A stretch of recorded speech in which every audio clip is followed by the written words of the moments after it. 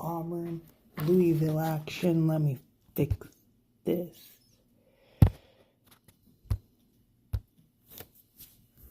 I didn't have enough time to fix anything this morning.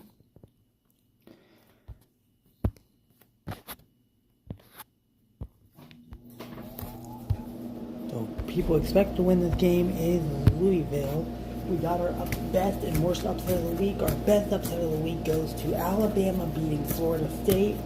And the worst upset of the week goes to... Hold on. Who was it? Oh, Duke beating Michigan yesterday. Congratulations to Alabama, and better luck next time. Dang, that's a very early game for softball. Better luck next time, Duke. Duke still has a chance, but now Duke is going to have to hope that they get upset of the week, and Alabama's probably going to hope Duke does too, just so that they could stay the #1 team. But yeah, welcome to the next week worth of sports. We have baseball is what we're starting with today. Auburn taking on Louisville. This is crazy. I'm gonna have to try to find that. It's like a Flow Sports or something. I don't know if I can find that. Okay, well, that was rude. All I was trying to do this. And then I'm gonna be gone for at least 20 minutes to start the game. But I'll be back immediately and ready to.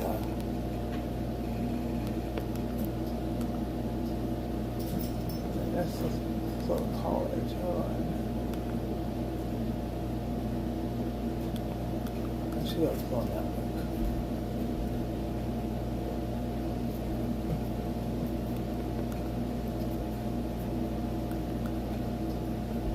It's taking me forever to find the game through these.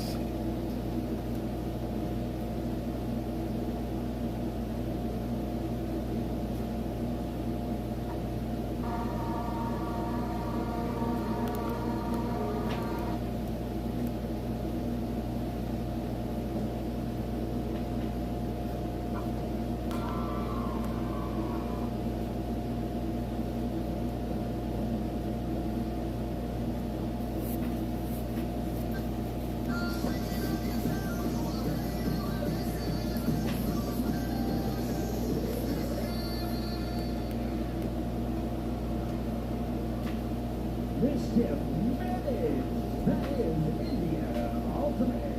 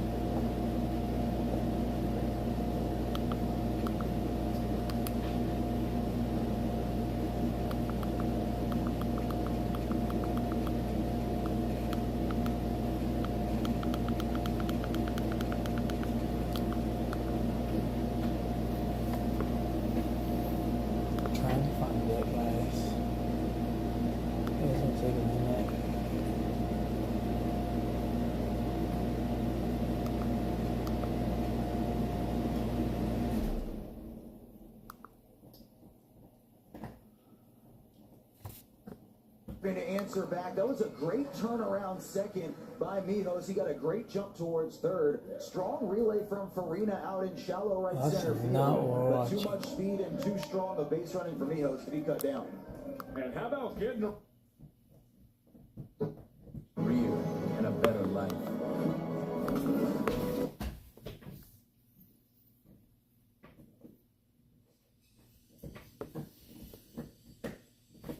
hitting over 300. Two of those players in Leg it out for the second. I'll have baseball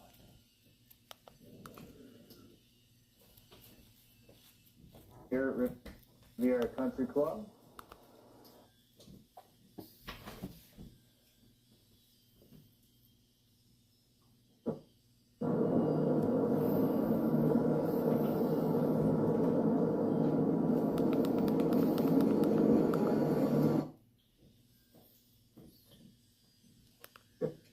Separate.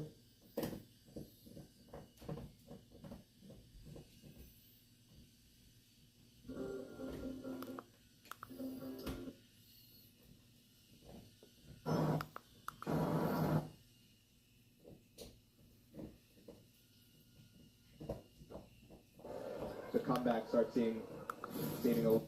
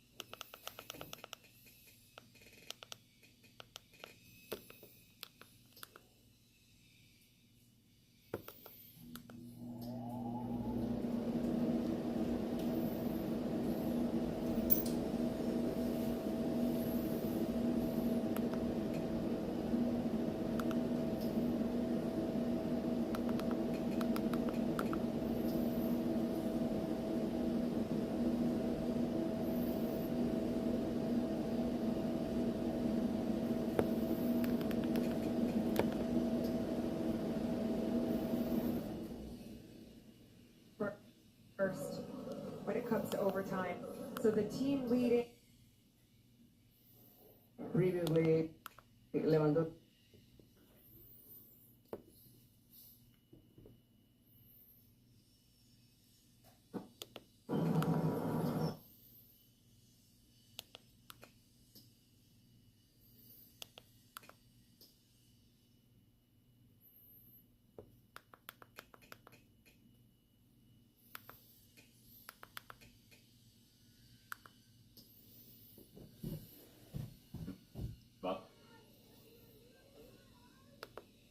We'll have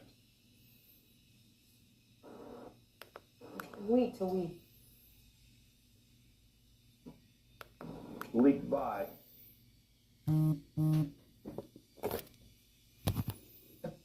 Mejor de los primeros 45 minutos. Acá con Maynard iba.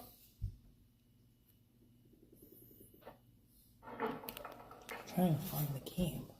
Can't find it. India gets around to it.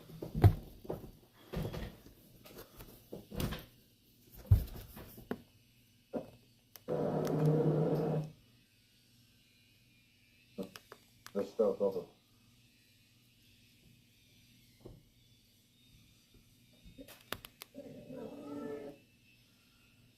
I'm just gonna go find it on YouTube real quick.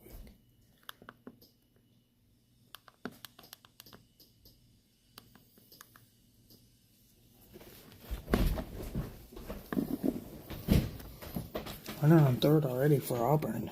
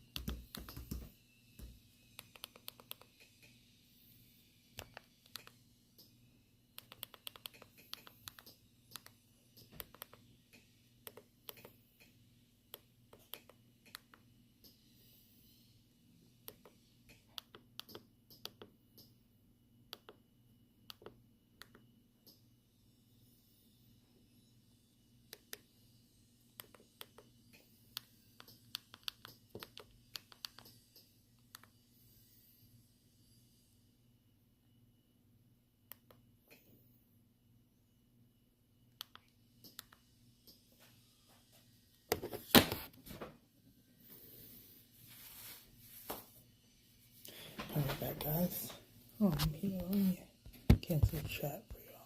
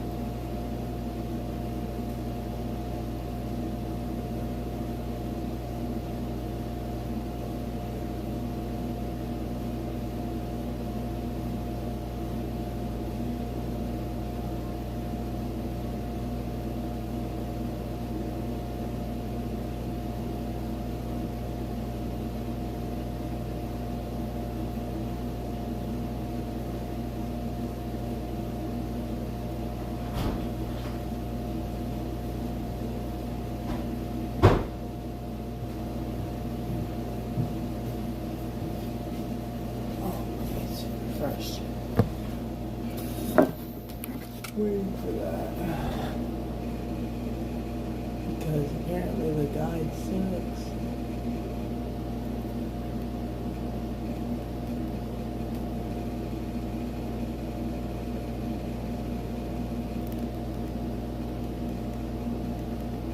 Full speed now. Is this 2025? Oh yeah, it's 2026, finally!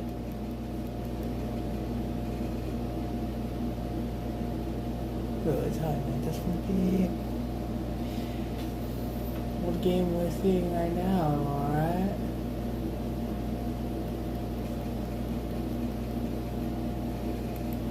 Trying to go on to... Actually, we're fine. It's full of sports.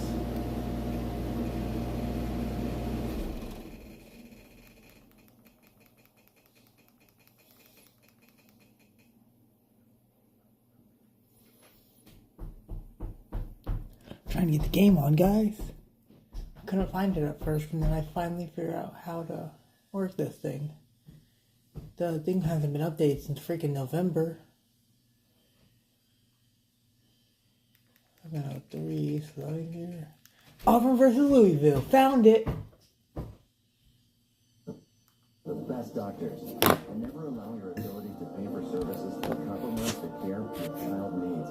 We're the first place to turn when it comes to complex orthopedic conditions, fund the possibilities, and empowering kids to achieve the extraordinary. Shriners Children, the most amazing care anywhere.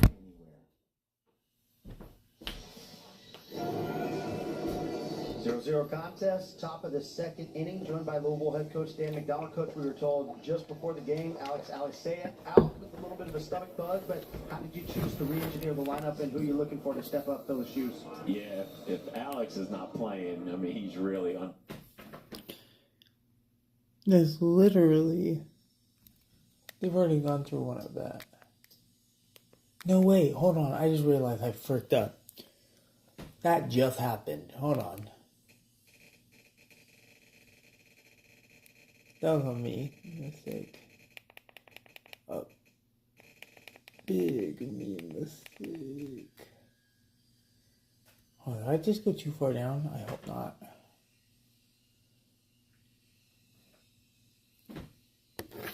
Well, Auburn has a man on. This thing doesn't hurry up. Okay, yeah, I did go too far down. Whoa, baseball. Auburn versus Louisville. Everybody to hear your knowledge about the game, and so we do appreciate that. And okay, guys, I'm gonna take a shower. Played so far in this tournament. What all have you taken away from it in your mind as a coach? Yeah, we always say this. There's a fine line. First, thank you for the kind words, and we've been blessed, no doubt, with some great people and a lot of great players. There's always a fine line between winning and losing. You know, yesterday, give Michigan credit. They earned it. It's a couple pitches on our end, a couple two-strike pitches that we did make, and credit their hitters, and probably the same on Friday. You know, Nebraska, had a chance to make a double play ground ball, and they made an error, and we capitalized. And when you're playing regional type teams, NCAA type regional teams, it's usually one pitch or one play, and the game doesn't change. It's throwing strikes. You can't put runners on free. They got to earn it. It's making routine plays, maybe a couple great plays here and there, and then you got to get some timely hits. Michigan got some huge 2-out hits yesterday. We had a couple ourselves, but we came up on the short end of the stick. Coach, we appreciate all the time across the course of the week, today as well. Best of luck. Hope to see you down the line in the season. Hope so, man. We're honored to be here. Thanks for having us. Appreciate you. It was Bub Terrell that got on with the single while we were talking with Coach Ethan Bingaman, the batter at the plate for Auburn. And to what Coach has said, it was a come-from-behind victory against Nebraska on Friday night. Nebraska had a 2-1 lead, bottom of sixth. The sixth inning here in Arlington at Globe Life has been where the Cardinals have really caught life as the catcher loses ball 4, and 2 will be on to begin the second inning for Auburn. And then that game yesterday against Michigan, another quality opponent, 3 Michigan pitchers. A really good game, 2 team home runs. Colby Turner had a 3-run home run in the 7th after Cardinals had cut it to just a 1-run game. Just small little margins there. Thin line to victory and defeat, however you want to, whatever side you're on, and it's always been that way when you play really good quality opponents. We're going to see Louisville crash their defense in for a bunt. Looking for the runner, the ball thrown down, it bounces off of Terrell, sliding back in off the throw from Baker. And Louisville brought their first baseman all the way in. He was standing just to the left of the pitcher when the pitch was made. And you're taught as a catcher, if the guy bunts through a ball or if he takes it and you've got a chance to come up throw because the runner is really aggressive at second. I'll be back. Lead on a bunt play. What does that do to your defense when you lose your shortstop for a game? I mean, it invites somebody to play up. It invites somebody to take their moment, make the plays they need to make, and do the things that they're capable of doing. You don't have to do Superman things, just do the things you can. Catcher going down, runner going, and Terrell's out over at third after the throw from Baker. That's fake punt, steal. It is a design play. They'll probably call each other in. Maybe they're going to go look at this. But let me explain this play. This is a fake punt play, or fake punt steal. What you're trying to do, you're trying to get the third baseman, because that's where you're bunting the ball with runners on first and second, right? You want to bunt the ball at third baseline, so the third baseman comes in. But what happened was, on the break, Bob Terrell was late getting out of second base, did not take an aggressive shot, hesitated. And if you go back and look at it, he made it.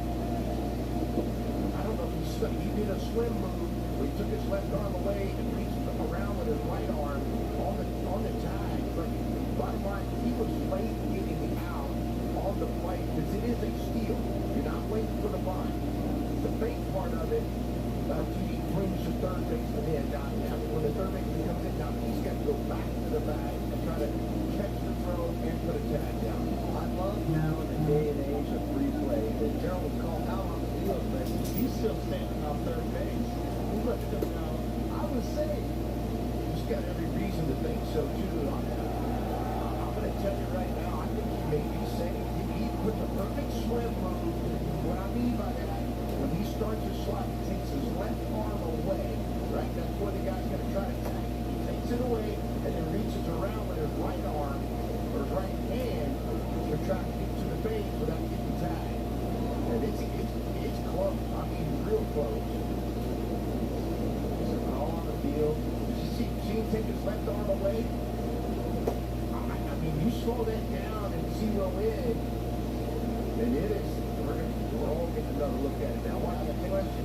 Right here on the swipe for the tag, does he meet I don't think that he gets right it yet. arm? I don't think he's touched him yet. Looks like he was trying to tag up top of that helmet area, Byron Pye. Third baseman for the Cardinals, right on top of it over at third. This costume, Yeah, but TD, you got to remember, call him out. Right. So you got to have. It's just hard to change it, even though it may have looked like he saved it. It's be hard to change it when you call him out.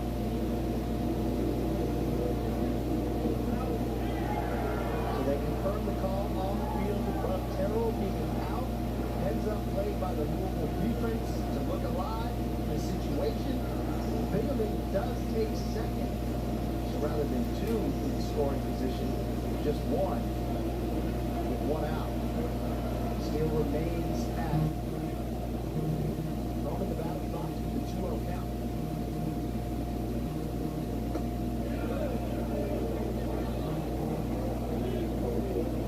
on the other side for Auburn. You look out there, game starts, and you look at shortstop, somebody recognizes, hey, opponent today is missing their starting shortstop. Does it change anything that you want to do pressure-wise to put on the ball? He's been a shortstop his whole life. He just happens to be playing second now, because he's playing, but you got Alex Say playing short, so it's more of his presence in the game and what the impact of the game that he has on a regular basis. All four. Daniel Levitch to steal. Down into the 8th on. We saw in the first inning, Auburn in a runner in scoring position, couldn't capitalize. What can they do here with 2 on? Jaden Combs stepping into the batter's box. With Daniel Levin, you got to keep reminding yourself, make quality pitches. Well, you could have had the bases loaded right here. Now you're first and second instead.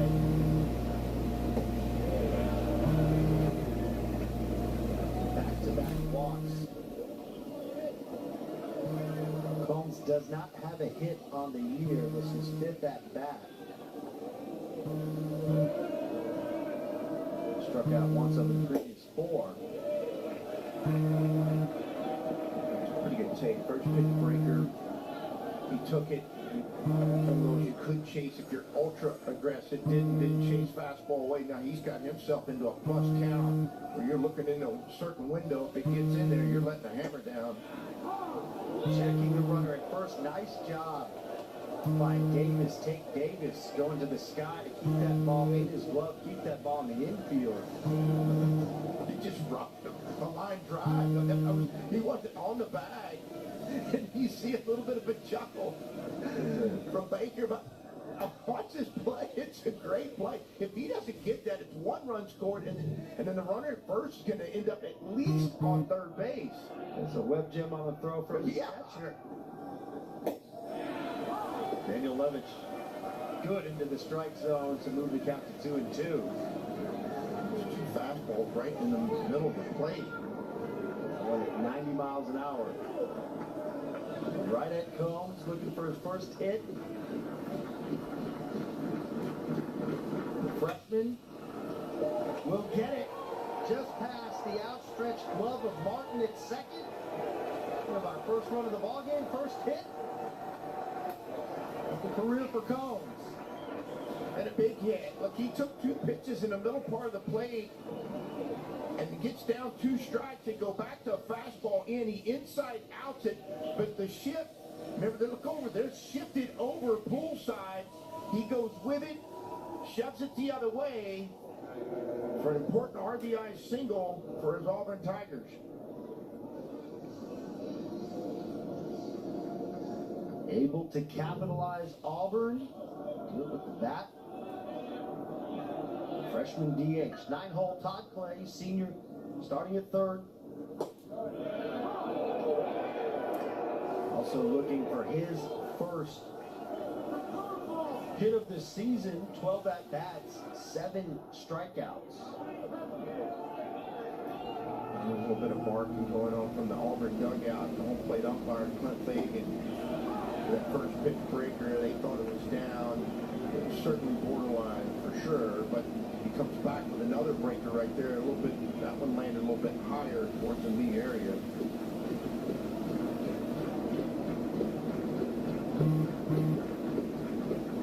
Oh, to Daniel Levitch. He fouls it off.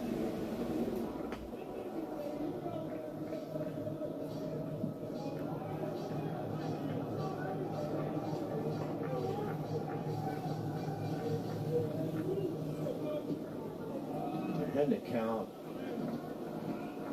2 for Daniel Levitch. You got a waste pitch. Pretty good one right there. That ball's out. It's not down in the dirt like a lot of coaches would call, but that ball would have been when the catcher would have turned his fingers down. It's that back foot breaker. Those left-handed pitchers, when they got that big sweeping curveball, 78, 79 miles an hour, entice those right-handed hitters to swing over the top of it. Clay's still looking for his first hit in an Auburn uniform.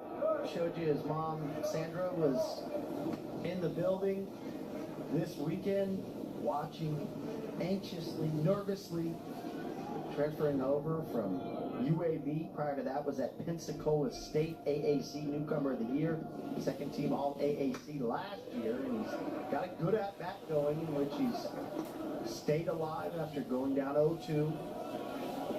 Big opportunity to turn the lineup over, possibly plate some more runs as Auburn had a lot of base runner activity thus far in the game. Daniel Levitch gets him to strike out. It's a good pitch. He elevated the pitch before. He's thrown him everything. Breakers down. This one, he takes a little bit off of it. This one's about 75 on the outer half of the plate. A backdoor breaker comes around and catches the outer half of the plate and entices him to swing over the top of it. Back to the top with Bristol Carter, the speedster.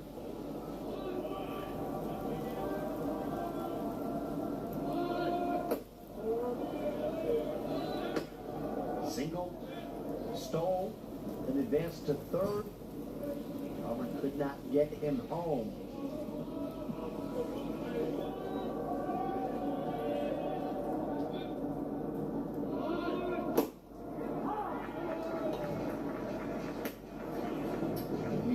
Third baseman's playing about 5 steps behind third base. Even trying to get him to come in. He showed him drag the pitch before, trying to get him to come off. What that does, it creates a little bit more hitting angle for you to the left side if you can get that third baseman pulled up.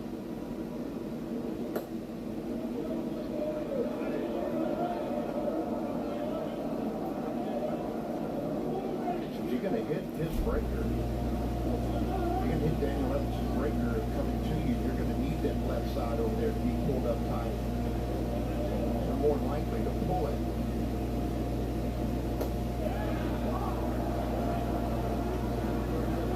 Wyatt in with a strike. Moves the count to 2-2. Steele on second.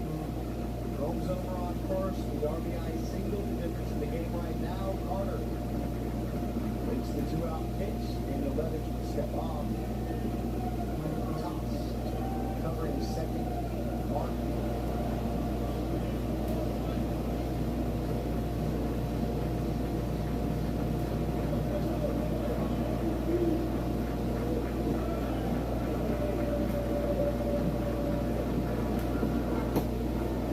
Another one inside. Off goes the basket. Baker. Keep tally of the runners. Don't want to risk it with 2 outs, make the third out at third base with a base runner.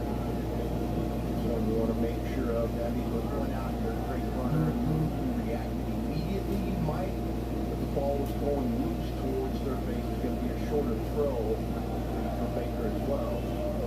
Full count, 2 on, 2 outs. Carter, hard hit, out the left, ranging in on is Steve making the play.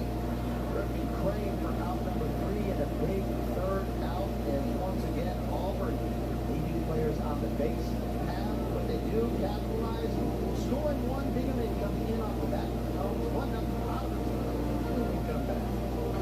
Every shot starts with something extraordinary can happen. Shriners Children provide hope, healing, and a chance to dream big. They never allow the ability to pay, compromise, and care children to see. Shriners Children empowers the extraordinary, so you can too. Join me in supporting this life-changing cause. Help provide the most amazing caring.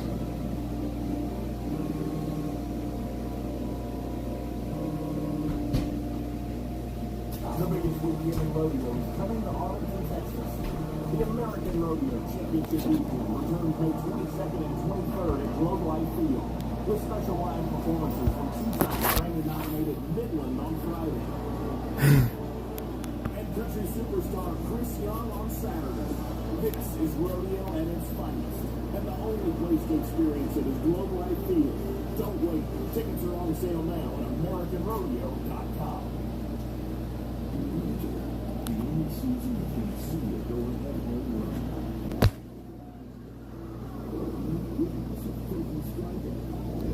Back, guys. Oh, Auburn has the lead. 1-0.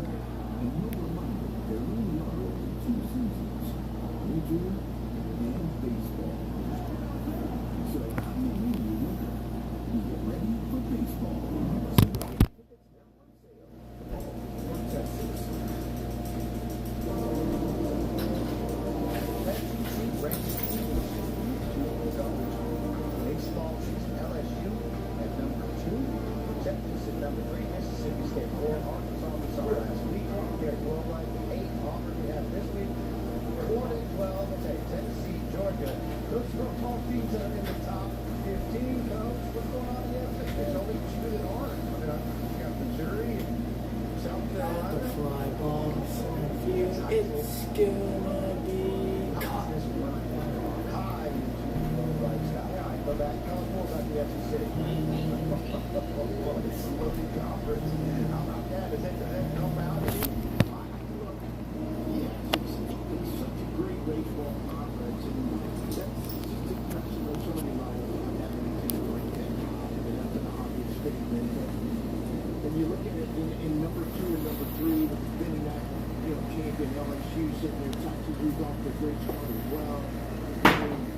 They've won 2 already against Michigan State this weekend. LSU won all 4 games. So it's just so top to bottom.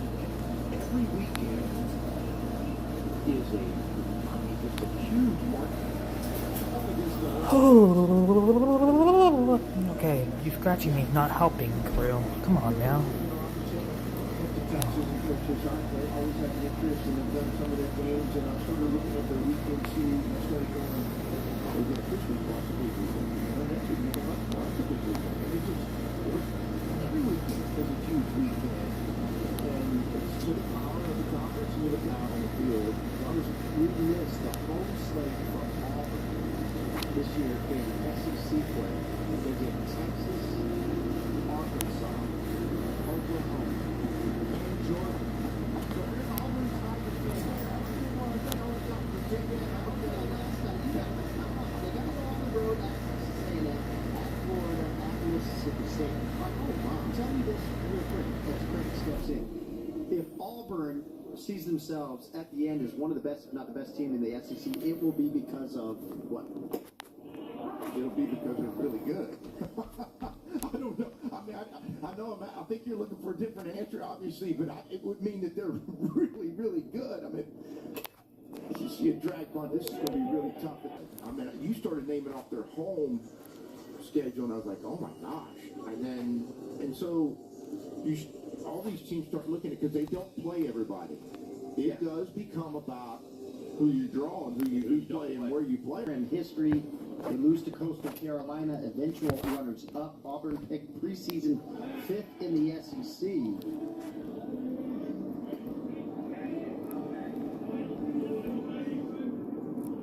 A really good pitching staff. That could be a differentiator. Haven't seen Chris Rembert, first team All-S, been getting swings in. They hope to see him soon. So this Auburn team that is 5-1, still getting some really good pieces to join the fold. As after the Crane single, Byron Hott flies out, 3 outs to the outfield. 1-0 it stands. We'll hit the third when we come back to Arlington, Texas, Globe Life Field.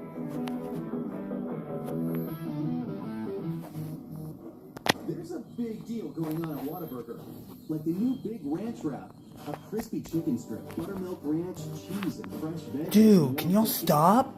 Fuck. Literally, somebody's blowing up my chat and I can't do shit.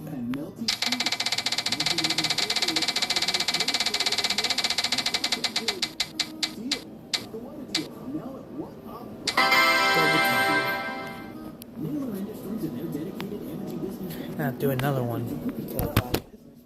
This one is a good. Now it's your turn. Your own dedicated energy business banker with banking experience in your industry. Because you're more than a customer. We're more than a bank. And together, we'll help put your business on solid financial footing with comprehensive financing options, earned interest on your accounts, and yes, a banking partner who is just as invested in your growth as you are. Here, we collaborate. Here, you grow. Forest Spring, the Jesus Generation Tour. Live in a 360 in the round experience. With special guests Tori Kelly, Tori Asbury. Okay, they're gonna blow up my phone. I swear. 9 new chats.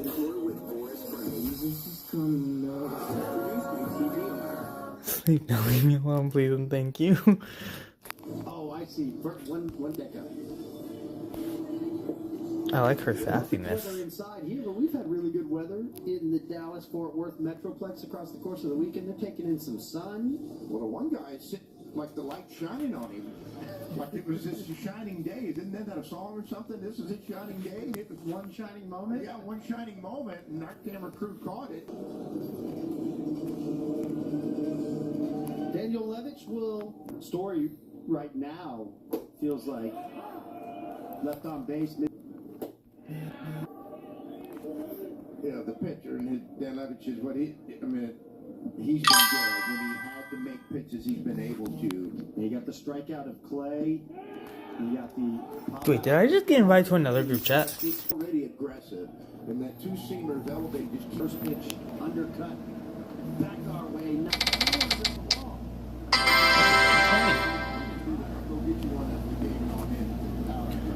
It's a 1-0 game for Auburn. Those two pieces, I mentioned it just at the end of last inning, but Auburn has maybe two of their best players, pitching and offensively, defensively, that currently aren't playing. Yeah, and that's tough to overcome. And we know that, Alex Taylor's not playing today, they've had a handful of, preseason injuries, but Don't you count for perspective and defense perspective. And then, you take your number one pitcher on anybody's staff. the pitch. Swing and a foul. What does it mean about Auburn? For them to be 5-1 with an opportunity to maybe go out there 6-1? It means you're developing depth. It means that you got some other guys that are looking for their opportunity. They talked about your degree, your WT, and a lot of things. And then when you get them back, provided everybody you're playing right now is healthy, you got a stronger team. It's exactly what Coach Thompson had told us. Those injuries, he said, filling in the gaps with guys, make for a stronger team. In the long run, we saw Jake Marciano go out as the Friday night starter and left to be dynamite in their victory against a good NCAA team from last year in Kansas Swing State. and a ground ball, foul ball. Oh, again. What they're missing in Remember last year, first team freshman All-American, won baseball writers. He was second team freshman All-American, second team All-SEC, SEC All-Freshman team. I mean, you're naming off athletes other people don't get, so that tells you what they're missing. Don't you too. That's a huge piece of the puzzle. That is a fly A ball. charge put into by Right Braylon, field, well, but worked the right field. I think. I thought yesterday's game too. That's nice. They fought back. Familiar. They fought back the whole game. And then they Hold on.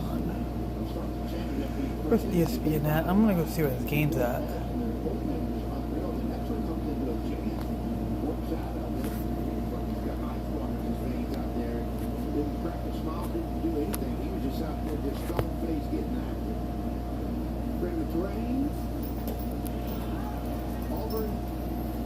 Let's strike one. Globe Life Field. Okay, yeah, it is familiar. Arlington, Texas. Yeah, that looked like an MLB stadium. It is like an MLB stadium. Video what?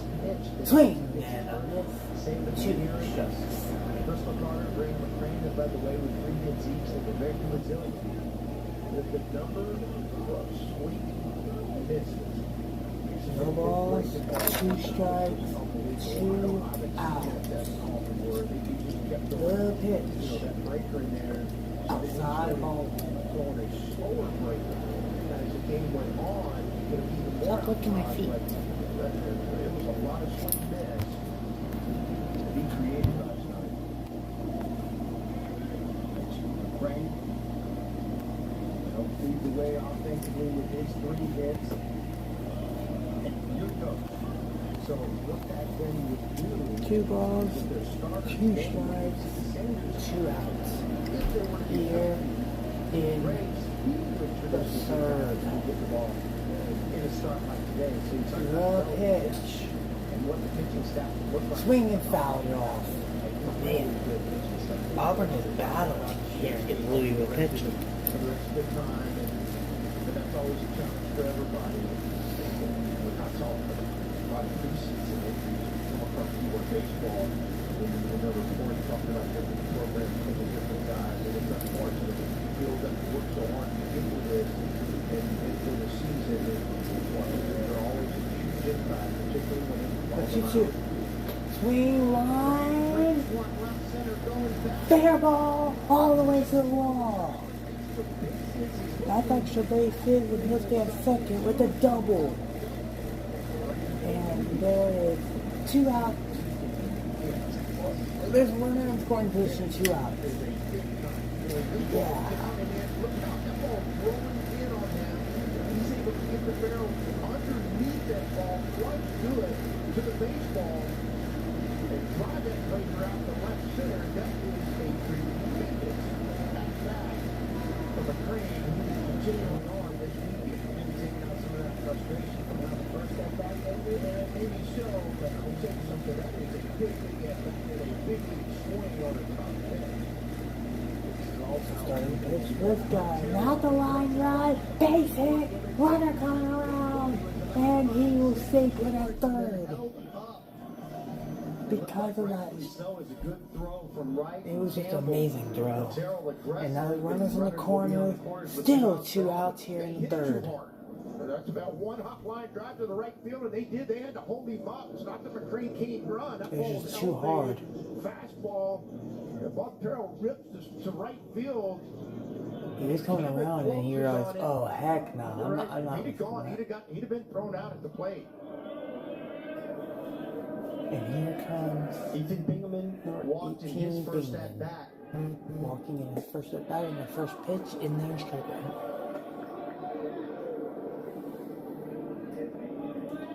Makes you think a little bit. Couldn't McCrane have stretched that out to third base on his base hit? That's a ball. Center fielder bobbled it.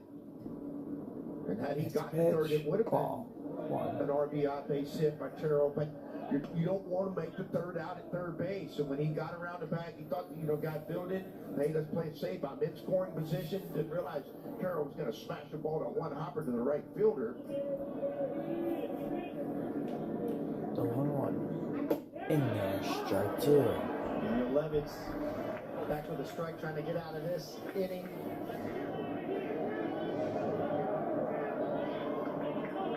Auburn has had opportunity.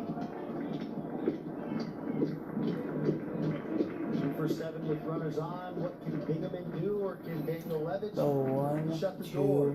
1-2 pitch.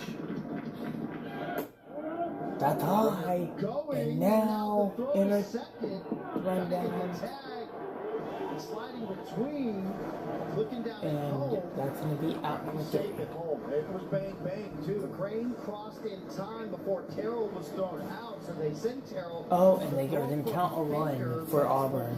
One more run. So it will be 2-0 on a steal of home. It's 2-0. Woodcraft and their dedicated energy business banker work together to put the us in business banking, creating a long-lasting relationship with open and quick communication. Now it's your turn with your own dedicated energy business banker with banking experience in your industry. Because you're more than a customer. We are more than a bank, and together we'll work to help put your business on solid financial footing with comprehensive Shoot at this time. Got it. we collaborate, you grow. Every at bat. Every pitch. Diving, swinging. Every angle. Ruth. What's that? Pre-game to post-game. No. From the truck to the booth. Bad. You're fired up at home, sitting on the couch watching your favorite baseball team. It all starts here.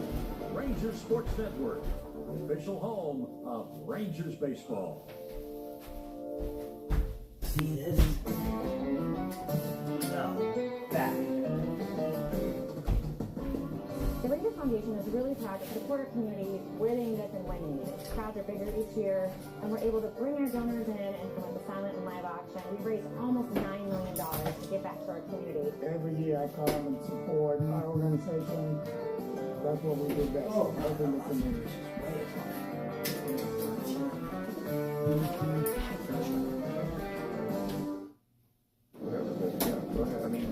So the run did score. It was a double steal. Bob Terrell was out, but crashing down to home was McCrane, and McCrane did cross in time to make it 2-0. Yeah, but you don't see that frame, and you see the home plate umpire pointing at home plate, assuring them that he touched home plate before the tag was applied right there. So the foot touched home plate, just before the tag, and it was close, but it was the right call, but it was a double steal.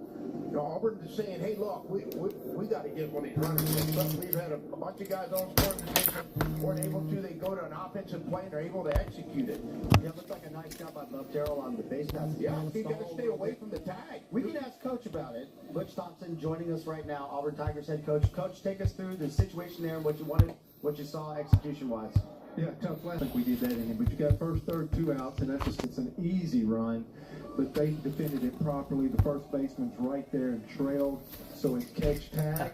And we were yelling at our third base runner a little bit, McCrane, because he was 5th gear running and then kind of went to 4th gear there, crossing the plate. It sounds like you guys had a really close play there. He's got to break the tape. Whenever you're 2 outs running to home, you've got to continue through the base as hard as you possibly can, because the video is better than ever. But both sides are good. Out of respect, we're just trying to grab a run from getting thrown out to third with 1 out, having an 8-second violation on the hitter not being in the box. And we've had some base runners here to only get 2 runs, but we've kind of scratched the claw. Coach, tell us about what you think about Petrovic so far. I mean, I know it's early in the game. Tell us a little bit about him and what you've seen today. I think he's missed a little bit onside in the first inning there and some lefties, but I think it's gotten a little bit better. We got 3 fly balls. Maybe if this ballpark that holds up, it's only the first at bat. I hope they don't turn into more. But I feel like the presence of the running game, there's some belief that there's enough strength. Trying to see if Auburn got hit, and they did. That's our goal. We got a lefty here with too much ride on the fastball that we're trying to get to the top of. It's a challenge. The breaking ball's been really landing enough of them. Trying to keep it from getting caught in between pitches. An example, I guess the ball is hitting, or shortstop's hitting the 2-hole. The lefty's hitting out the exact same way twice. Those are some things that we have to limit to keep trying to put this thing together. And I don't apologize for us trying to create a little action. If our fans have been watching us play a little bit of offense here, at least we're being proactive. We've got to figure out how to make the plays a little bit better. But we're trying to create, we're trying to kick the handle to create some offense. 1 ball, no strikes here in the bottom of the inability to keep the ball in play here. Inside. There with 2 outs and nobody on. You know, we're going to have 1 or 2 of those in a big moment with some runners on. It's going to help us move forward offensively. Well, Coach, I know you recognize the great at bat. No strikes. 1 out. The pitch. In there. Right on flush to it. Drove it out to left center. The guys had a good, weekend as well. Coach, you 7-0 come to this play so far. Right now it's Lucas Moore up. You got success here. Tell us about what it means here. The 2-1 pitch. That is grounded to the first baseman to pitcher out number 2 here in the 3rd inning. Having what we think are for the first round is just Hunter being out this weekend and Brandon McClain stepping in and finding himself. We find our team, we find a little bit of identity here where we're maybe pushing the envelope a little bit offensively. And if you can ever win a game out here, you're doing it against somebody that, we got a success from yesterday of getting beat up and punching back and beating the Story program. Today, a World Series team from last year, we're getting to compete against those guys. So whenever we learn a lesson or find something out here in Arlington, it seems to stick a little bit more for the competition and the coaches and the players that make out the field each and every week. Well, Coach, you've been incredibly insightful and very gracious with your time, so thank you so much for joining us all across the course. being blown up now. The rest of the game, the rest of the way this season. That is inside. Is that inside? Inside ball 1? Gold medal winning in overtime. We had it on up here. They started playing inside ball 1. And now it's out the middle. USA. Strike. Victorious over Canada. 2. They locked in. How about that? So much to so much inside. 1 ball, 2 strike. Look, let me tell you what, you don't survive. You don't survive. Swing and foul. You don't survive the SEC. Down the left field line. Coach Thompson has survived. I mean, he has flourished for 25 years as an assistant coach, and as a head coach, and there's a reason for it. You've got a particle of it in that conversation of just how not pull that man in. A game of baseball. And pitch. left the seasons at Auburn as he High fly ball left. It is caught. Inning over. We have entered 3 innings. Auburn's in the lead 2-0 here. We go to the 4th. I need to actually, before anything, I need to see the pitching between both.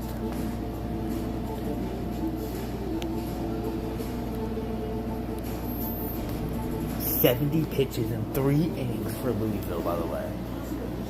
Alexa, what's my notification?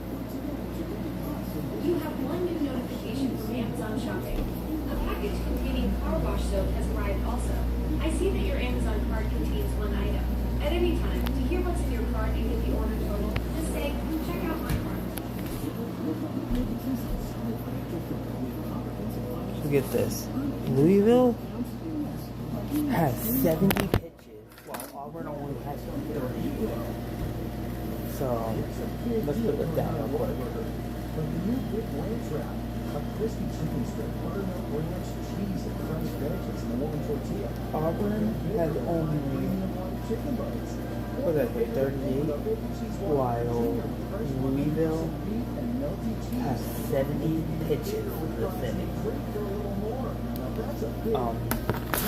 Should we be shocked or something? Like, that is amazing. That's some amazing stats. Okay. So we're gonna spin the wheel to see what I have to shoot at twice. This is gonna piss me off, bro. If they keep on fucking chatting and while I'm trying to do something. It's really fucking me up.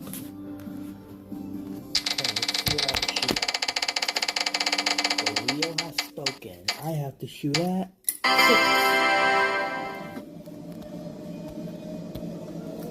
Oh, up comes Louisville pitching here. In Arlington, Texas, Globe Life Field, home of the Texas Rangers, joined by Jared Schramm, Senior VP at Rev. You guys are the hosts. This place is awesome. These events are awesome. We love being here every weekend. First off, thank you. But what does this mean to you guys to host us, host all these great teams, all these great fans? Yeah, well, we love having you. You guys know we love college baseball. This is our 6th year doing it, and we're continuing to grow the sport a little bit. Obviously, we had our tournaments here, but we expanded, and we're in Surprise, we're in Cleburne, and next year, hopefully, we have a few others. Well, let me just say this, and he said thank you, and TV did what you guys have done. I've been around college baseball, a part of it for 30-some-odd years, and it's more than a thank you. You guys have made an impact on college baseball, and in my opinion, I know your love for it too, being a former college baseball player. And Alexa, what's 69 plus 58? A big leaguer in himself, and 69 plus 58 equals here, 127. I'm so grateful, and the fans are. Are you kidding me? 60,000 people rolled through the doors last weekend, right? Tell us a little bit about that. It was an electric weekend last weekend, no doubt.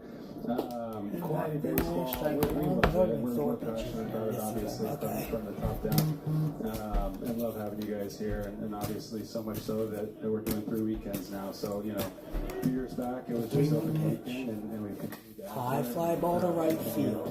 That is going deep. That is far back. They're gone. 3-0 game for Auburn. Oppo, Taco. Even the young, what's with the home run hitting here? These college guys are coming in hitting bombs. These guys are talented. Yeah, they're physical. And a Florida State fan got that ball. Part of what each program represents. I love him We now. get another look at this fastball elevated away. He went up there looking for something away. When you can get your body in behind that swing like that, trying to address the ball to right field, and you've got this kind of talent and power, get an opportunity to plate yourself with a home run. Bingham gets to make the most of getting to step back into the batter box after 3-0 game now. First pitch is outside. Ball. One. This comes together. What does the timeline look like? Are you guys already planning for next year? Oh yeah, I mean this is the way that these teams schedule now. We're a few years out, so these guys have been incredible partners all over and helping us schedule, and so we're booking 2030, 2031 at this point. You got a waiting list. It's like a club. You got to get in. We are. No, we're very fortunate that there's buy-in from universities that want to be here. It's made it really fun and a fun process to kind of put these tournaments together and see who's coming and what the matchups are going to be. Let's talk about another one of the coolest parts as well. The benefit The going to Shriners. We saw last weekend in with there, Shriners, but all the strike money one. that comes in, that's donated in the leaderboard tracker. How cool is it that you guys do that as well? It's such a cool night. Last weekend was amazing. I think it was the best weekend we've had since our partnership with Shriners in terms of donations. 3-1 pitch. That is low. Ball 4. Auburn's going to have another base runner here in the 4th.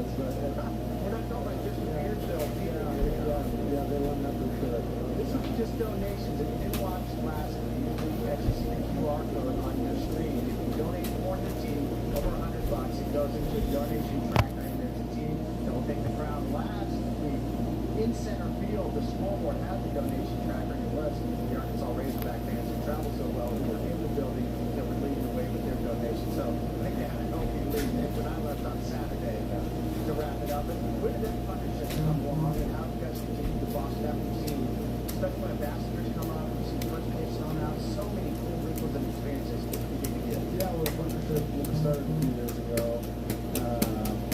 And again, they've just been tremendous partners. Obviously have one as a title sponsor for weekend one, but still have weekend 2 and weekend 3, with an opportunity to help the donations. It's just really cool. There are tremendous people, and what they do is unbelievable. So we're happy to be with us. Anyway, RBI single earlier today, Katie Holmes. And a throw to first. Professional ballpark, minor league and/or big league ballpark. Not always the most accommodating because they were like, hey, don't step on this. They're getting ready for their season, right? So if they can't do this, no, we can't become in this, and all those things. And quite the opposite here. And it is a narrative that all the coaches have spoken about and talked about and preached about, back about what you guys do for them, allowing them accommodating cages, accommodating practice times, accommodating anything that they need to keep their progress moving forward, to make their experience and their player experience better here. And that is a huge, huge impact on the coaches. And probably a little bit of reason why they like to come back. Yeah, I mean, these are first-class universities and baseball programs, and so they have tremendous facilities back home, and so they're going to treat everything with respect and be professionals while they're here. And so it's our job to come out and get ready to play, and we just appreciate them get down here and play the competition because we know they have plenty of options when it comes to scheduling, and so we just want them to have a good experience. And we spend a lot of time, post-tournaments, talking to coaches, finding out what they like, what they didn't like. And to your point, one thing they mentioned is the way that Auburn 3, Louisville nothing. People are blowing up my phone. I'm about to mute Snapchat. Okay, whenever I can actually do that. Literally, I can feel it on my freaking wrist. Is somebody spamming the chat or something? It's not my chat, but... It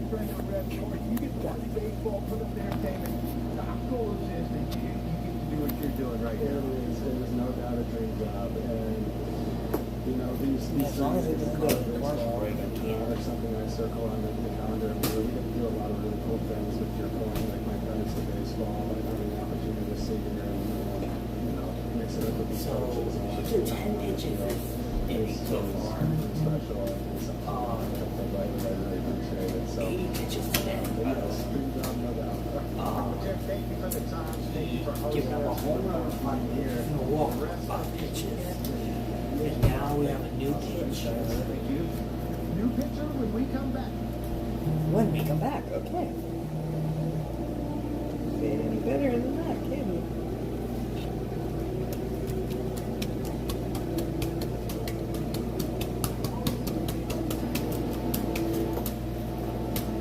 Now 3-0 game all of a sudden.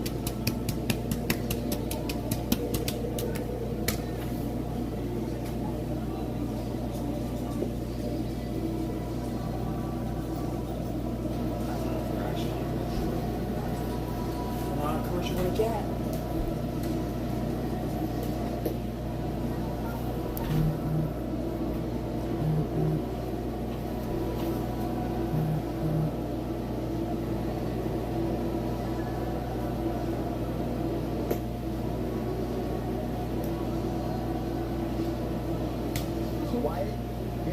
Because we never really played that doesn't count. Stop it, please. We're going to the middle of run 6 hits, 5 strikeouts, producing from Wyatt. Could build on what they improved. Yeah, I mean, command, I think, would be a piece of it. I mean, some of his misses were bigger than what he's used to, but it's just one of those things. He's facing a great Auburn team. For and it looked Louisville on a quick times, you know, like he was going to get out of it each time, but he was pitching on the road, and then at some point as a coach you're like, all right, you know what, let's go to the pen. He's not, doesn't have his best stuff today. He will next time or the time after, but let's the pitch is in there, and let's get to our pen. Coming out of the pen, Jake Schweitzer. Sophomore righty from Louisville. Jake Schweitzer is the new pitcher. The old one. The home run from Bingaman. That is. This one with a chance heading up the left field line. Tailing just foul. Crushed but foul. I was trying to see where the ball was.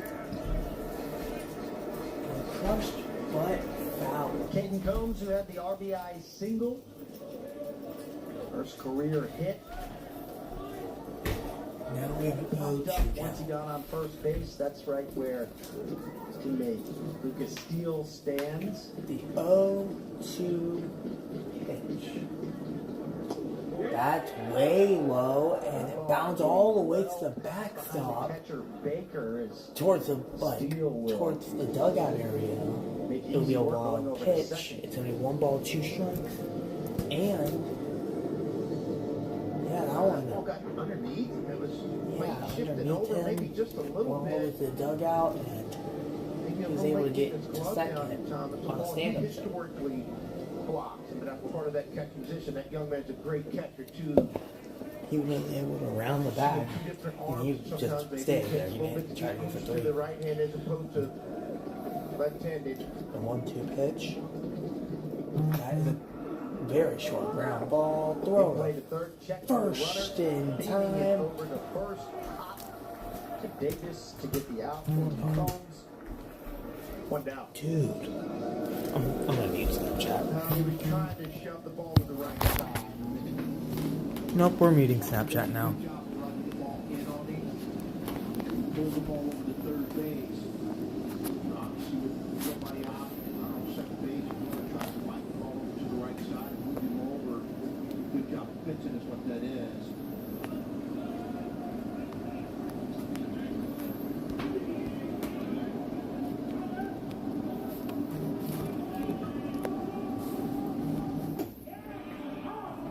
At the strike.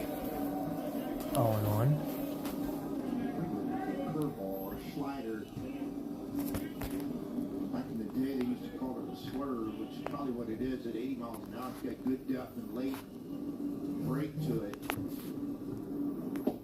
Schweitzer, last year, 25 appearances as a freshman, 4-3 record, 3 saves. Did lead the Cardinals with a 2.34 ERA across his 42 1/3 innings pitched. Opponents hit 200. 23 strikeouts. His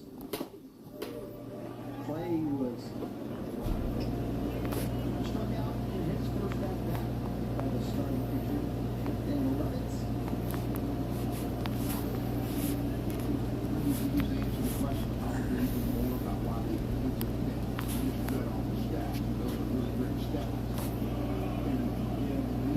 Now it's 2 balls, 2 strikes. We're about to see. Never mind. I'm wrong.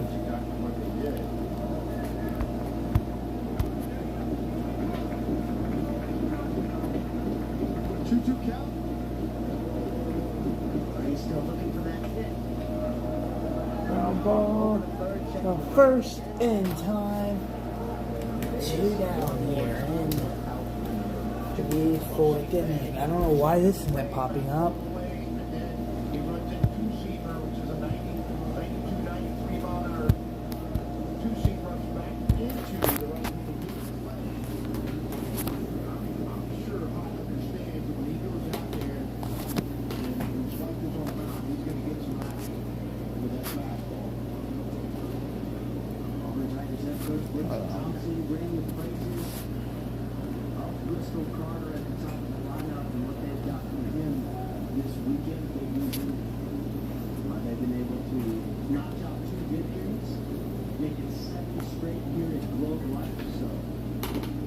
saw the 20th pitch of the inning from Louisville.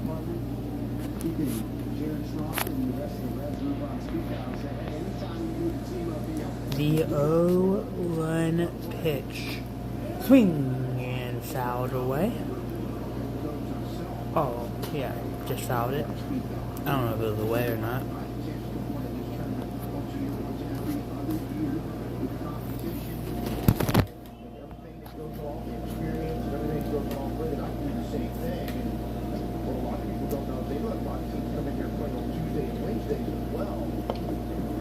The 0-2 is fouled back.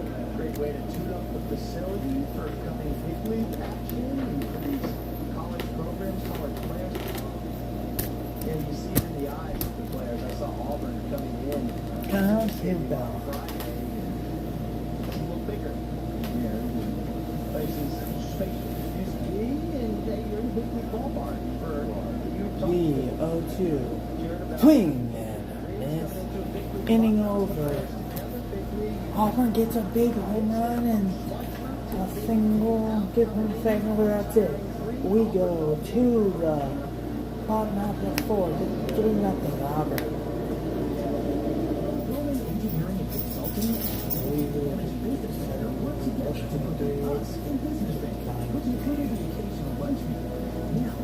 Alexa, what's 93 divided by 4? 93 divided by 4 is 23.25. That's the result. So, right now they're on pace. They're literally going 23 paces.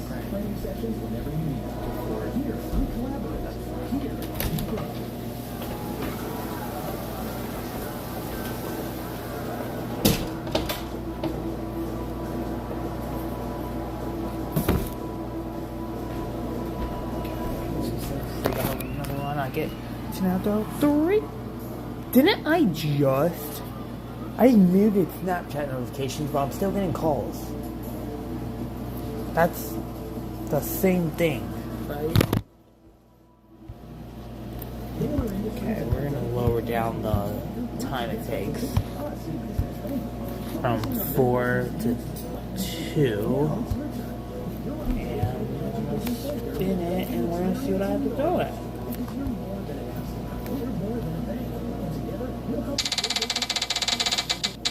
I have to throw at 17. Single 17 specifically. I'll be back after 3 rounds.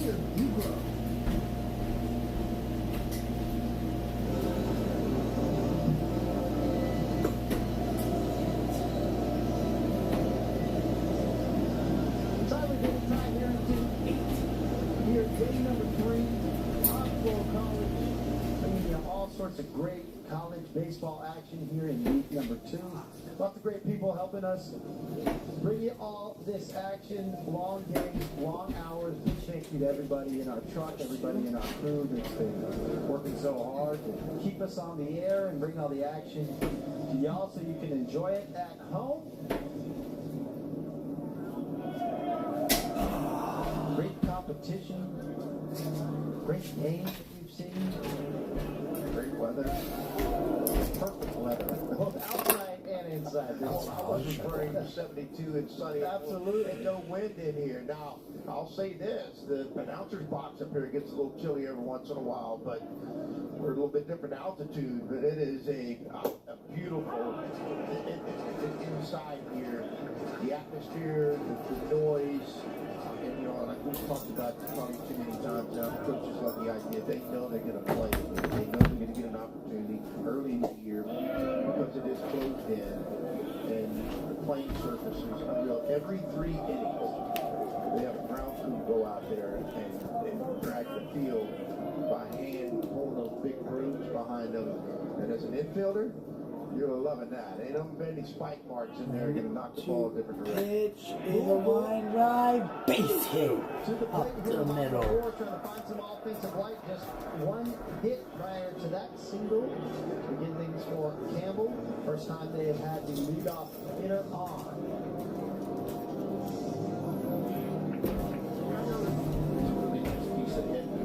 Slider, and he started out sitting in fastball mode, strided out, kept his hands back long enough. was able to drive that ball back through the middle.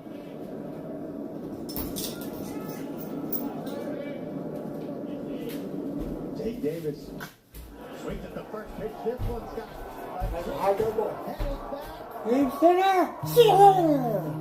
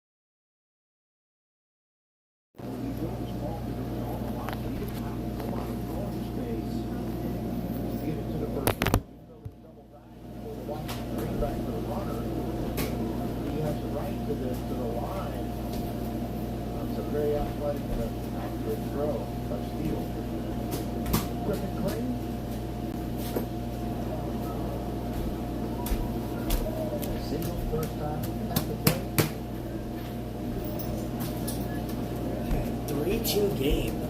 Louisville hitting a home run to balance it, to make it a 1-point game. That's basically one ball, one strike.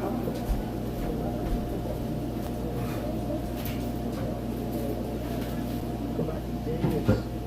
He was tied in the ACC league with 15 homers in the regular season last year. In his first year in baseball, and it's his 2-run shot deep to left center. It makes this a 1-run contest. Good one brewing here. Number 9 Auburn, number 15 Louisville. Back up Davis. It is a beautiful over the plate. Get a look at it.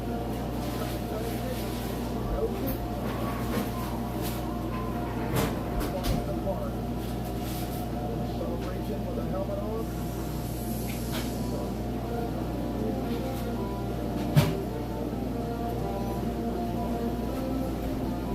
And a 2-run homer sends us to a 1-point game here in Texas. It's 3-2. Auburn after 4. Okay, so now we're gonna go ahead and do this again. Since Auburn hit a home run, at least now I only have to do our 1 round. And we're gonna pick up the speed a little bit on this, or the timing on it.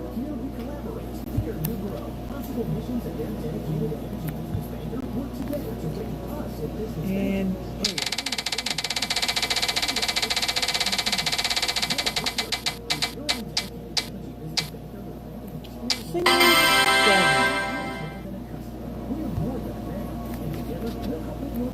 I only got 1 round.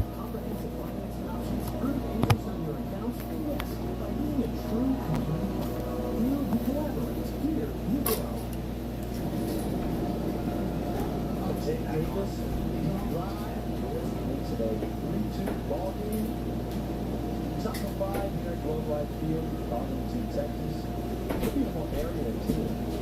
So much to do in this space. Cowboys Stadium, not too far down. Maybe 3 nights over there. That was Texas Stadium, but the old Rangers Stadium just Here we go, Auburn here up in the fifth. Texas Live, restaurants, really all-encompassing sports complex, which people can come down and have a good time. So you folks home are watching, you know you're on the water, you see that you cheer for, or you're just a baseball fan. Alexa, with 180 plus 35. Come take me in. 180 plus 35 equals 215. Middle of March, and you come here, they're getting set up. You see all the barriers, the fences going in, the area, the grandstand is right out in front of the Cowboys Stadium.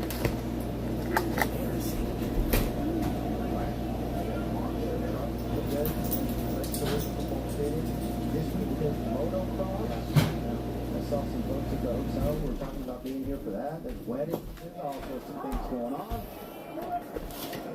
1 ball, 2 strikes. Out on the mound as he gets to come in, not worry about How much pitches does Auburn have now? it's just a one-run contest. The tie kind of changes the complexion of who's 50. coming out here and almost starting the game. You got it going on right now with that slider fastball. See right there, that thing is Strike 3. 1 gone here. quick. Of a different arm action, what they've seen obviously from the left-handers. You get a look, it's kind of a 3/4 arm swing, slider away, continues to run away from him, but it is kind of a herky-jerky motion. On here in the fifth. On the hitter's timing. Now, this Cardinals team last year 42-24, 15-15 in ACC play. They go to the Nashville Regional. They upset Vanderbilt, a playwright State. Win 6-0 in the regional championship. Hosted the Super Regional against their ACC foe Miami. It goes 8-1, 9-6. So winner take all, 3-2. That goes in favor of Louisville. In Omaha, they start with a 4-3 loss to Oregon State, but then bounce back with a win 8-3 over Arizona, win 7-6 over Oregon State, and then lose 11-3 to eventual runner-up Coastal Carolina. But they were right there. This Louisville program has been built from the ground up. Coach McDonald, across his years, Fouled. as 0-2. praise to him. We were talking, but that's exactly what he's done. His team picked to finish 4th in the ACC. We talked a lot about the SEC, but Coach told us about how the SEC and measuring how close they are. And the ACC, you look at the NCAA tournament field last year, ACC had plenty of teams, along with a lot of SEC teams as well. But this one came on the air, we talked about it. Feels like a super regional, feels like an Omaha type matchup. It might be. You know, the future's going to dictate that as it rolls down the season, but the ball's hit well to left center field. Right around that same. That's gone! See you later, Auburn is back. It's 4-2.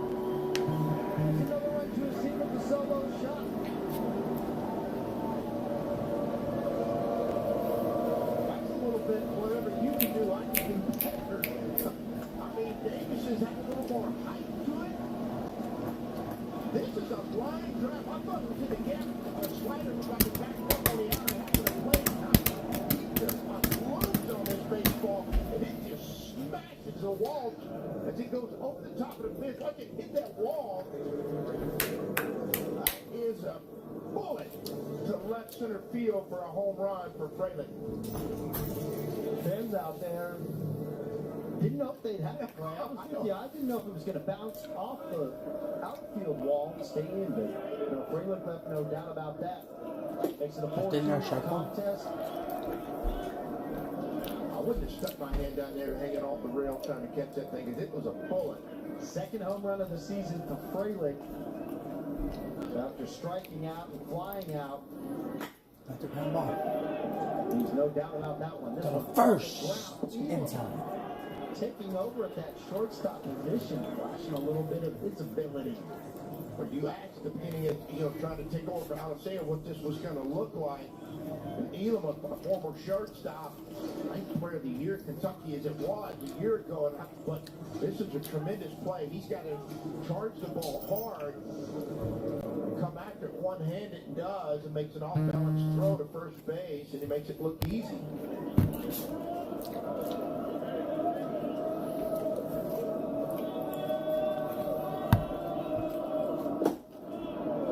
Low ball. Look up in time to see what the exit velo was, and all the data we've got in this ballpark, because it gives us exit velocity, exit angle, distance, all the above. The distance, I got a pretty good idea what it looked like, but I'm going to go ahead and say it was triple digits, because that thing was moving. That's time one. All right, about you.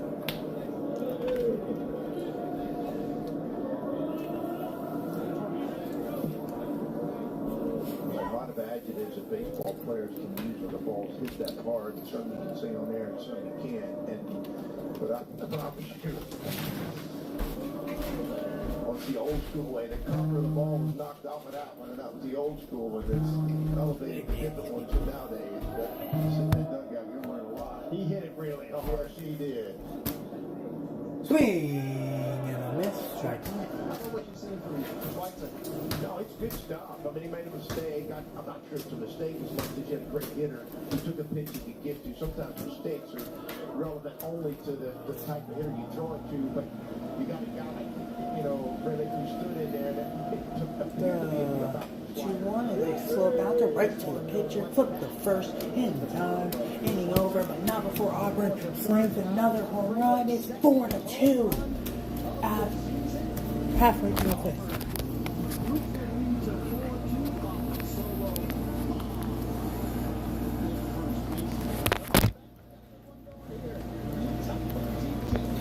I'm gonna make it a quick wheel real quick.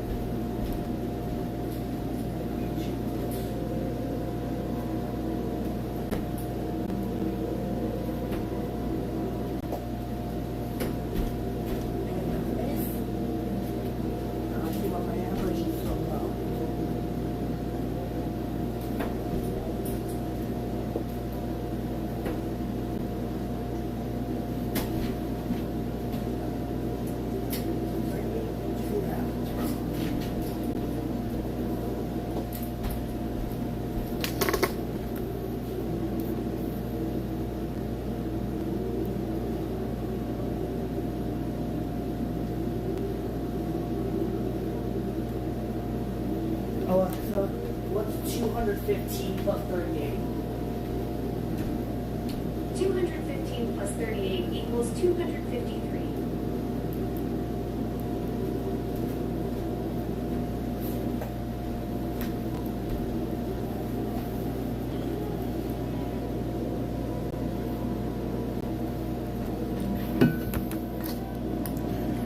To keep track again ever since that home run for me also. I'm gonna have to check again. This is now that Auburn's on 51 pitches. Oh, he's just bottom of the fifth. A first pitch. Well, no. Alexa, what's 108 divided by 4? 108 divided by 4 equals 27.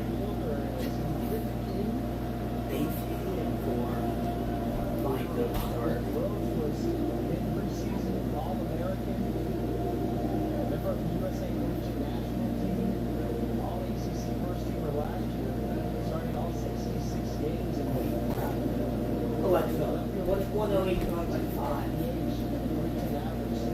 108 divided by 5 equals 21.6. That's a very significant piece you see there.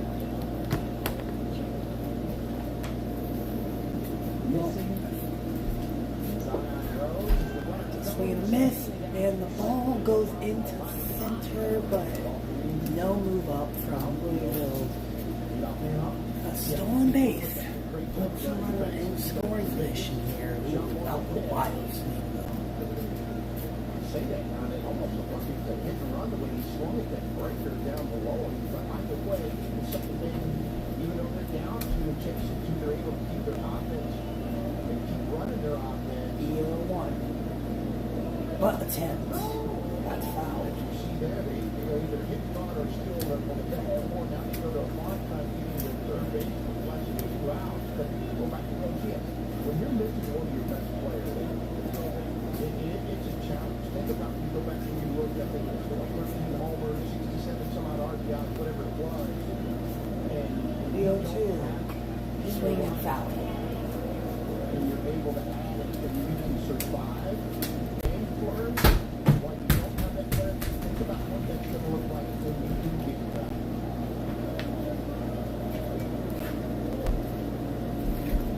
The 0-2 pitch. It is in there. Strike 3. That one looks like it was just a little.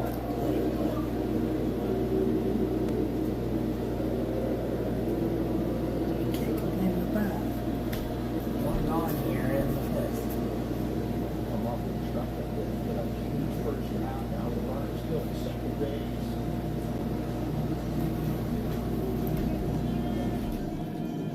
Here comes AJ Martin. Here in the fifth, the first pitch, and throws to second. Checking on Hop. That was kind of slow-mo. Is there more appropriate than you to play third base? Like saying that Hop, that was the hot corner. The first pitch is off his hands foul. That's a good picture of Petrovic's fastball when he throws that two-seamer that just goes from left to right, starts on the inner half of the plate, and just keeps crawling in on your hands if you're a right-handed hitter. The 0-1. Off his hands foul again.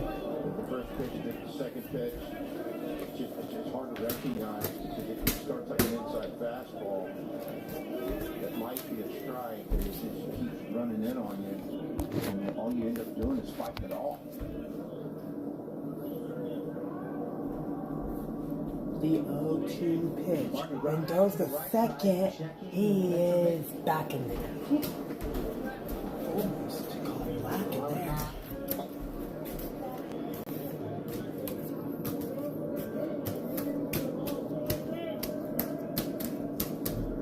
Louisville as of now 1 for 3 with 2 is a high fly ball. That is deep, but not deep enough. It is caught by the right fielder. Tagging up to go to third. And going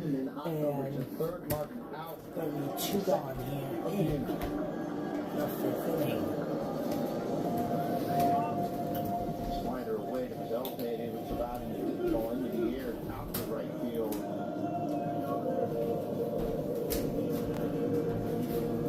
Got back and the fastball in, and then that opens the door for you, TD, to go to that slider away. Those hitters are trying to protect the inside.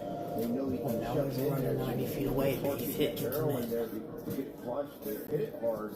It certainly opens the door away with that slider. First pitch is Top of the order, third time at the plate, is flown out. Both at bats.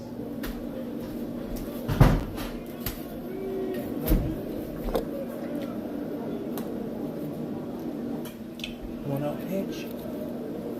Foul.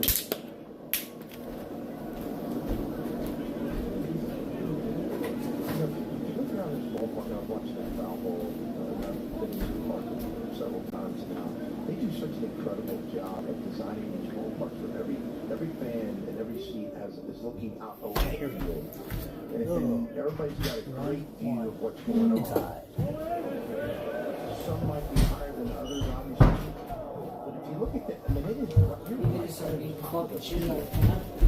what? Hear it, and you can see. How the fuck is this?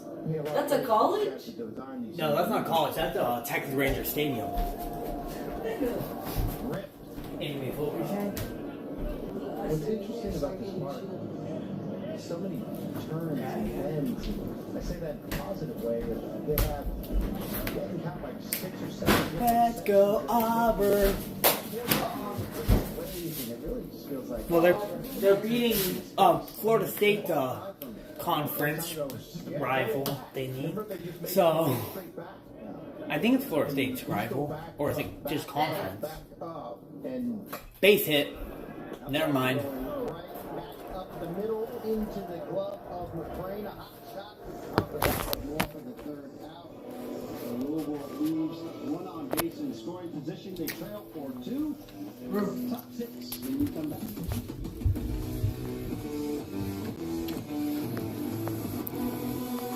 Okay.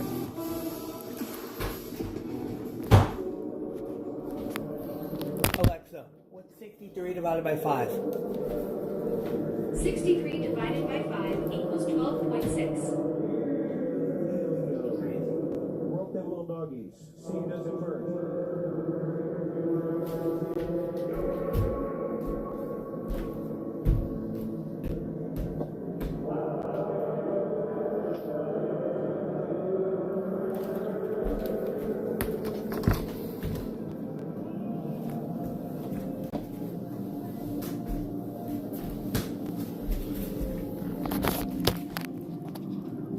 Dude. Okay, hold on.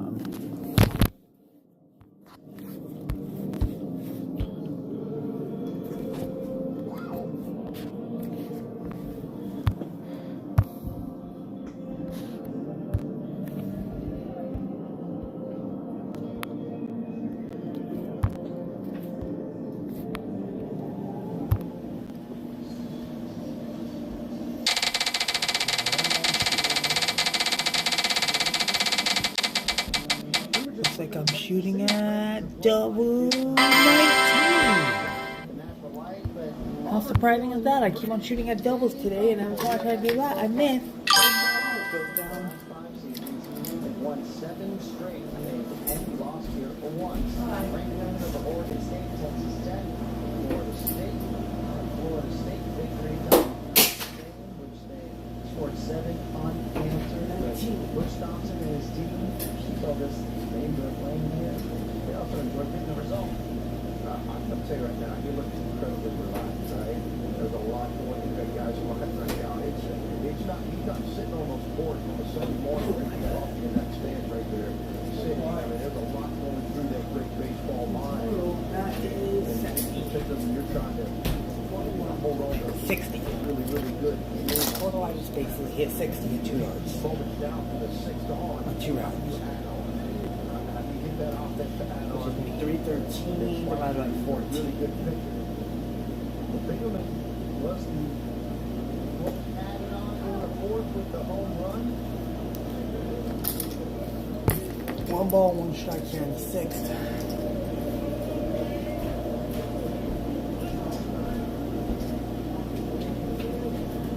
Pitches inside. 2 balls, 1 strike. They're confident. They have a comfort level. They have a great pace amongst themselves. They'll always seem to have this. Swing and a ground ball to second base. Throw to first in time. 1 down here in the 6th inning. First out, Martin Davis.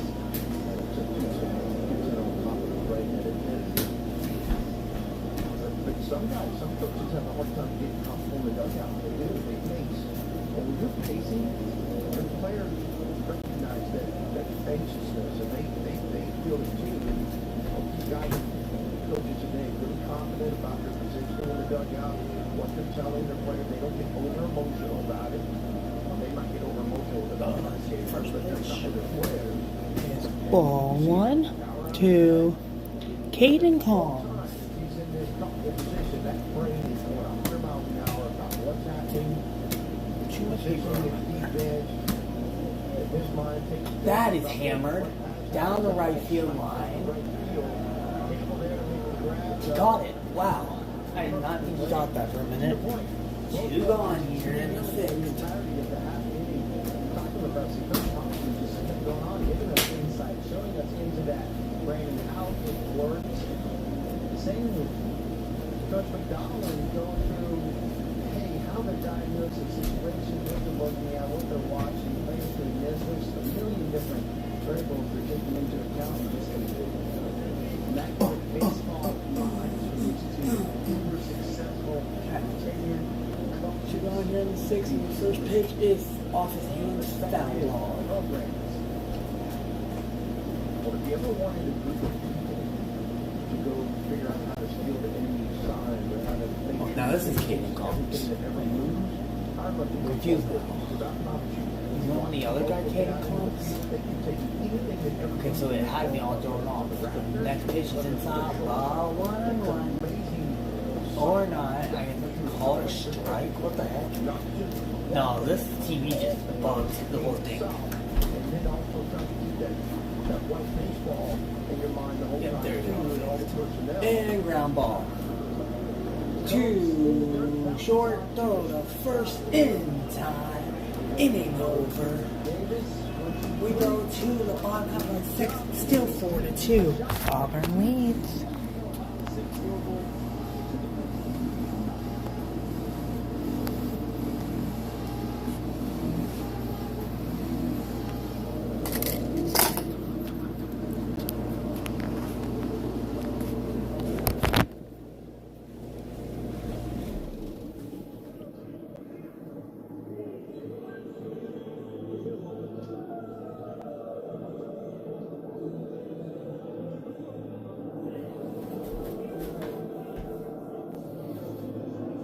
Alexa, what's 117 divided by 6? 117 divided by 6 equals 19.5.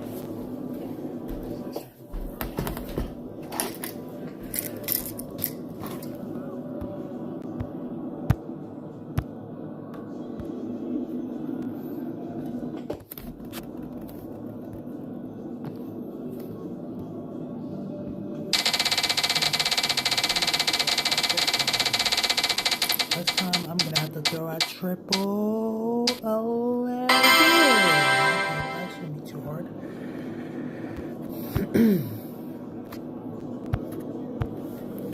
Triple 11.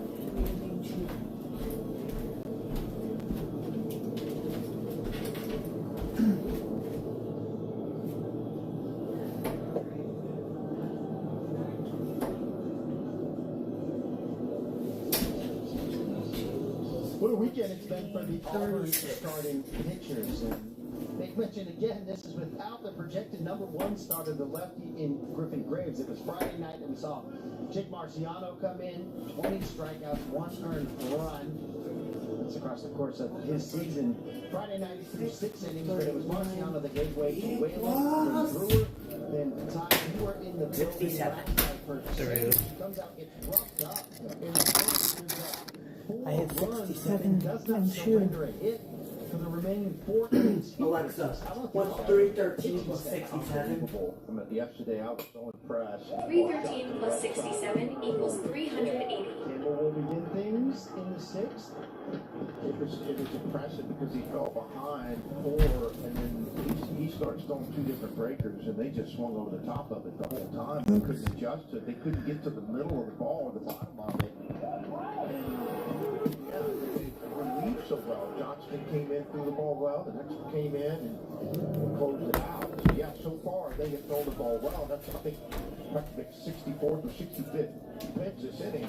I'm sorry, this game. This is going to bring out the pitching coach. I don't know if this is going to be the end of the line point, but There's him out. a discussion. We're going to take him out. If they do take him out, then I still have to go to more, which is going to be 18 now. After I'm 16 so far. I've not been able to punch yet. I've had 77 punts this weekend. That's amazing. The bullpen for Auburn, but it feels as if they're going to have the pitching staff comprehensively that will be able to compete in the brutal schedule that they have in the SEC as well. If they do have somebody warming up, but I don't think he's come out yet. It's about the guy who's coming to play. He's not. Okay, so we still. when Hopkins built big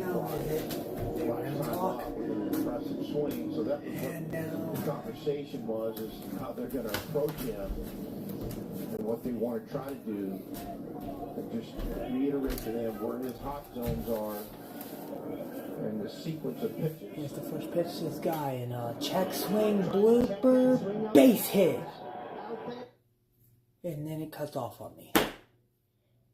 But I'm sure it's going to be runners in the corners. Strength to hold on and transfer it all back to the ball and put runners on the corners.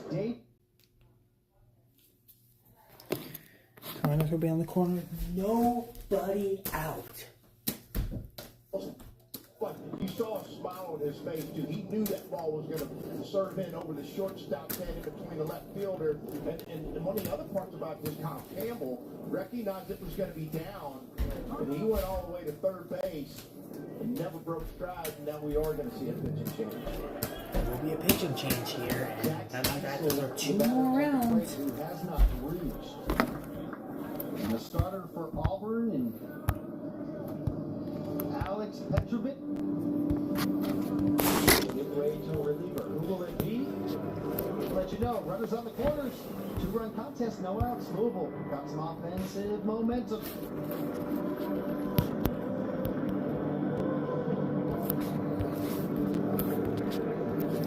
Okay, let's see.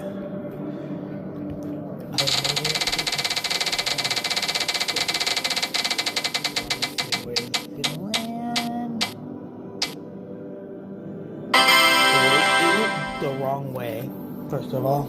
Second of all, it is a 20. So I have to shoot single 20s, not triple 20s, single 20s here. I'm going to do that real quick.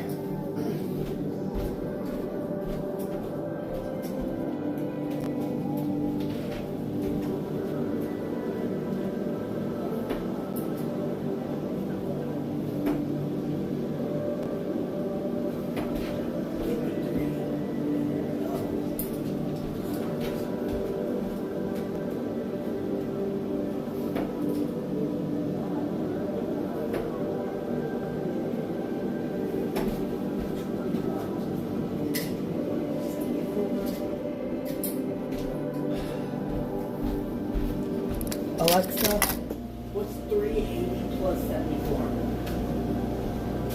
380 plus 74 equals 454.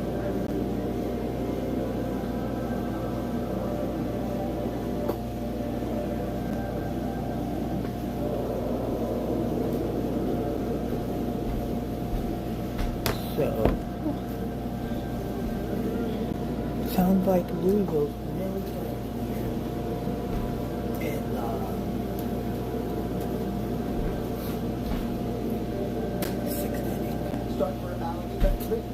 Alex Petrovic went 4.2 innings pitched with 2 earned runs, 6 hits, and 5 strikeouts today. He hasn't done horrible. Never say he did horrible. He did an amazing job today, keeping Auburn in the lead for most of us. Now here's some Chatterton, who only threw 3 innings pitched with 3 strikeouts and has a 6 earned run out. Which is, I mean, I guess they're just going to trust him to bring that run down a little bit as there's pressure here, nobody out in the 6th inning on the corners. First 2 pitches were in play and base hits. We'll have to see how this one plays out with Christian Chatterton. Not Chatterwick, Chatterton. Fastball good. Slider curveball. Here we go. Here.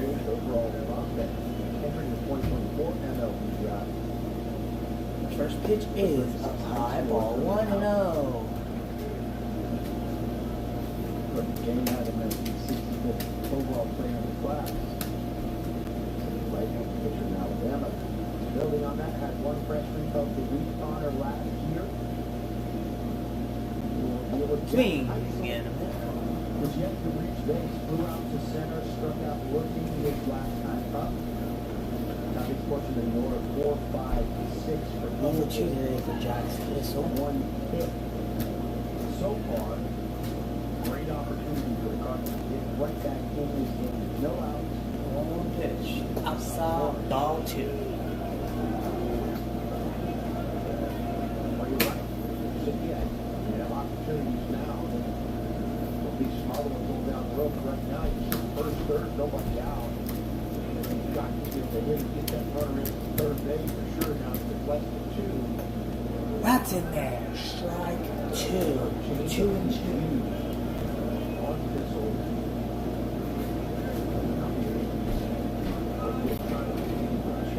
And if you're Auburn, you take a double play ball. 2, pitch. At third base, if you can grab 2 outs. Line foul. Look alive on the ricochet.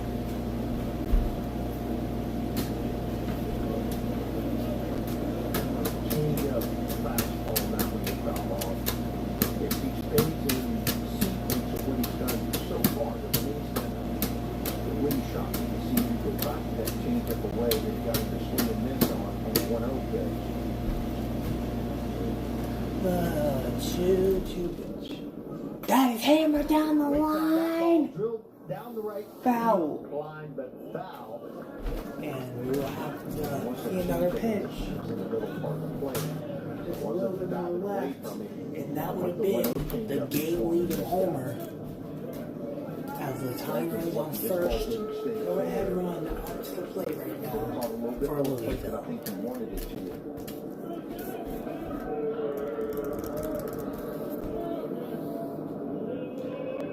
The 2-2 pitch. Ready? Now let's see it. Heisel. Down the line foul. We'll see another 2-2. Well, it's going to change up fastball. So, I wonder what he's going to do this time. Is it going to be a changeup or is it going to be a fastball? We will see. Now, and double up. Does he change it up? Or maybe he might even make a new pitch. Maybe. We'll see. On the 2-2. 2 on. No And swing and a miss. That's a big first out here in the 6th. Second to Davis. So effective in that regard. Oh, and a runner went up to second base on that. So now they're really going to get a big second out because you can't get a double play. You lose the double play. But Davis does a really good job of recognizing ball in dirt soon enough. A lot of base runners would have held in there, not gone to second base. Now the double play's out of order, and you've got him as a tying run at second base for a single can tie it up. The pitch and not the high fly ball. Do it. That will be caught. Runner tag. He's coming in. He will score. It's 4-3. Auburn. Elam does the job with the sac fly. There's still 2 outs and still runner on second, which is going to be the tying run, of course, if Louisville can get one more hit. You get an opportunity one out where a fly ball does what it just did, and that's getting in for third. So you had to do that, and because of Davis's base running, he's still in scoring position. That a 2-out single or a 2-out base hit, from Crane now could tie this game up. Big batter here. 4-3 game.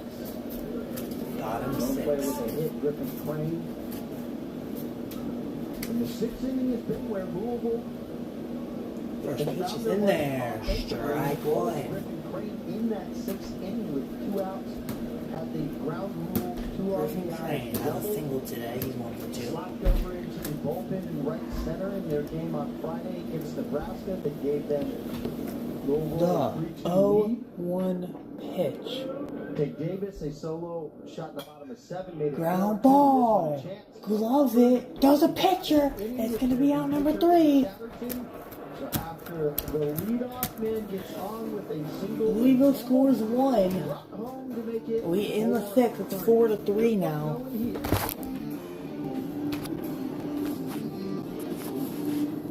Man, this is a good top 15 matchup.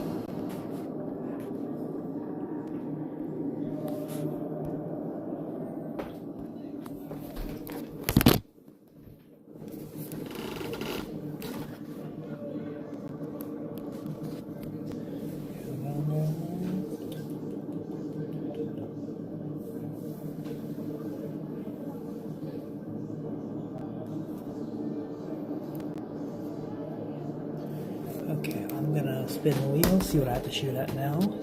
I only get 1 round now instead of 2 because Louisville scored 1. We're gonna even max out the speed too. We're gonna go from 6 to 7. Now let's see. It's gonna be a long spin, but.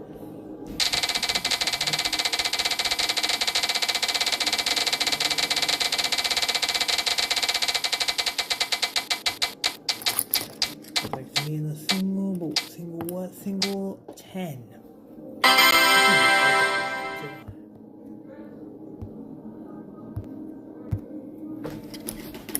Okay, let me go do that then.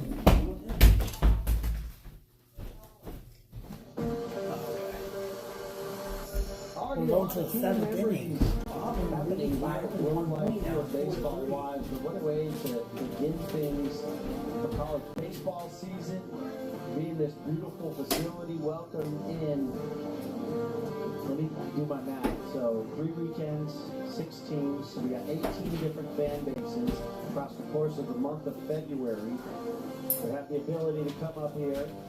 It is 6 teams every weekend. That's right. 6 times 30 is not hard, but making sure that.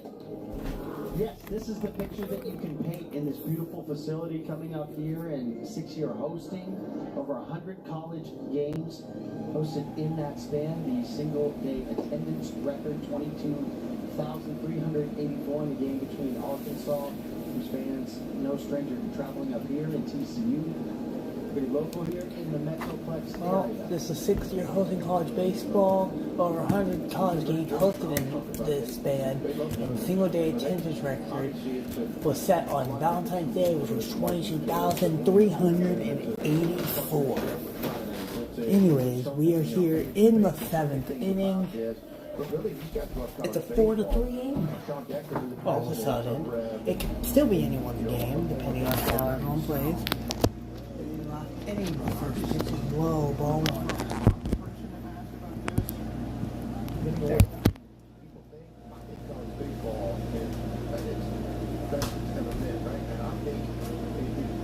People are recognizing now that it is a profitable revenue generating opportunity. Pitch, sky high, center field, caught out there. I just think that, because of their ball rep sports, you got to get at the top of it. One out here in the center. Look at the impact of college baseball they have. Let's promote college baseball, and we're doing that. But now with the different streaming, more sports, all these different people, you turn on your TV on Friday, Saturday, Sunday, Tuesday, Wednesday. It's kind of baseball all over. You get to watch it. It's on first pitch here. I really believe that with all my heart. That's not where it's out. It is on the move, and it is free up and just getting better every day. Rest of all, a guy that can move on base. He will do something fly. Or, oh no, it's a base hit. I was looking. Base hit for Auburn, Colorado. Get something started here. Good stuff, little sit.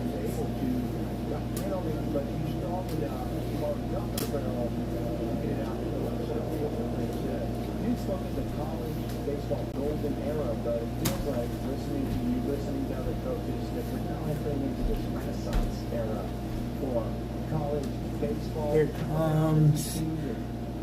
Oh wait, that's the wrong person because I'm behind, of course. 1 second. To call this at that again.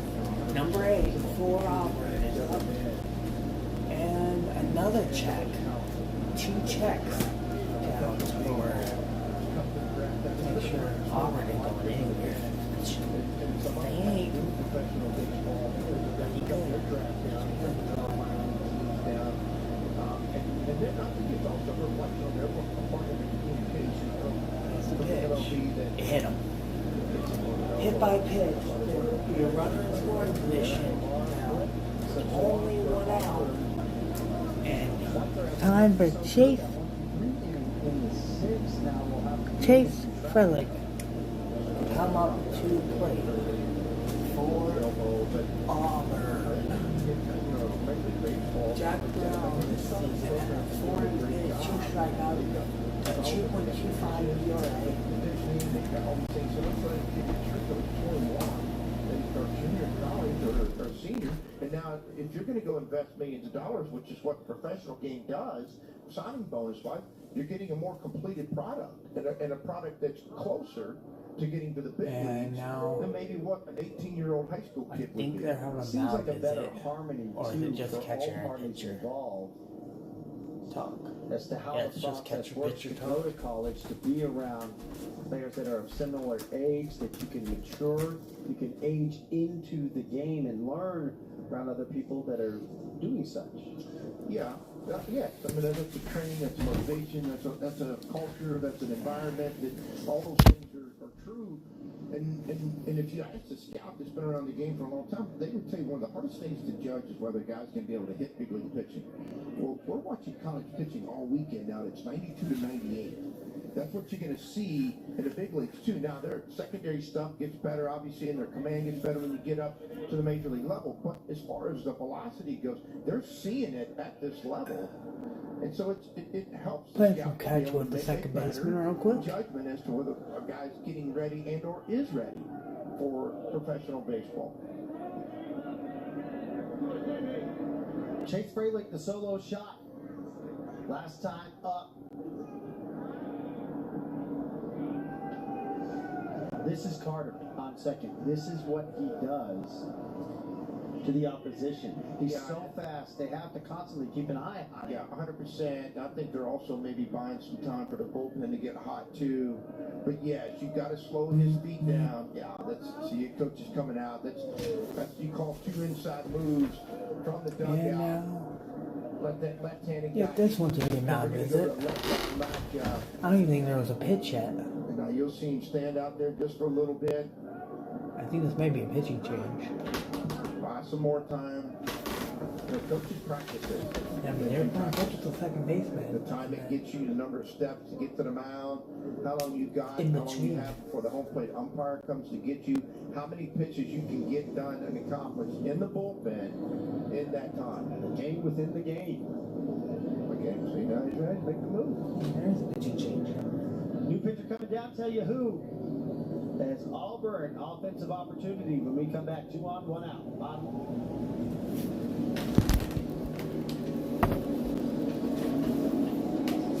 Okay, so I guess we get to do the wheel one more time.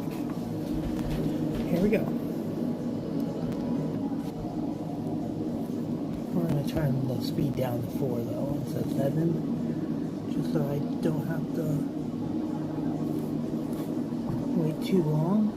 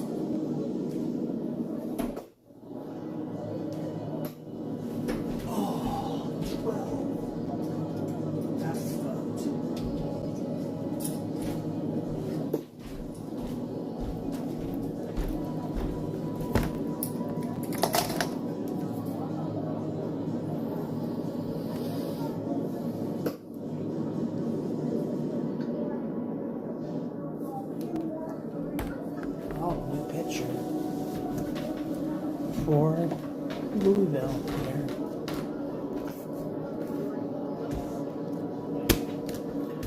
I will go over there. Actually, I can do that right now. Hold on. Comparison.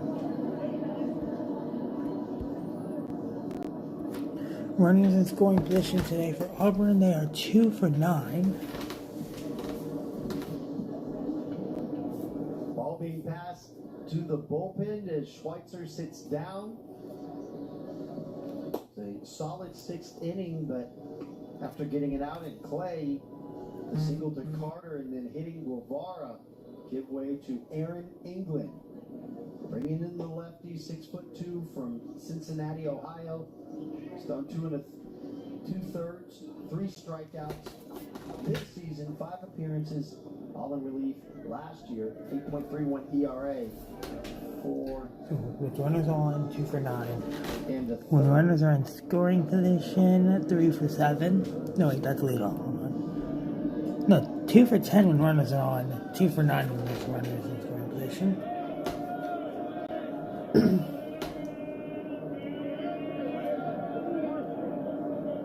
And then for Louisville, when his runners on, 2 for 8, 0 for 5 with runners in scoring position.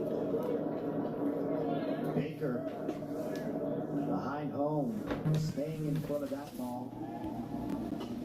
After the first pitch from England. What's it like calling you when there's a jam, when you get to go in there and face a guy just smacked 1-0 pitch. That is low. Ball 2. They're going to ask you to go extension side 4 times and not let that matchup be the third base side of home plate and the fastball is a breaker. It happens in a hurry. Once you get out there, now you find yourself in a 2-0 Pitch. with a dangerous hitter. Low. Ball 3. A 3-0 pitch here.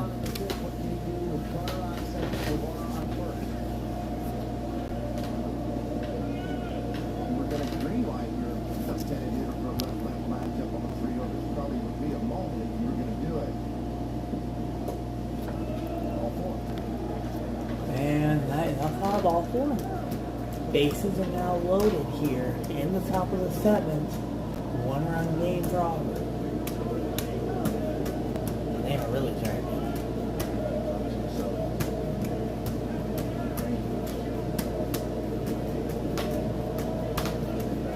I already told you earlier, they have almost a 500 average with runners in scoring position today. And here's Brandon McCrane. A double and a run this game. The first pitch. Outside, ball 1. You're a hitter now. Coach has got to make a decision. You're going to take, make an earned strike from the mound, or as a hitter, you know he really needs to throw a strike, so the white part of the plate is probably going to be The 1-0. you can get aggressively geared up. Outside, ball 2. Another ball.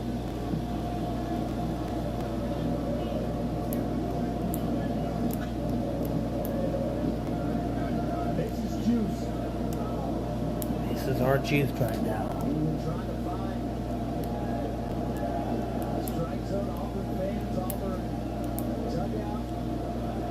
Steps off.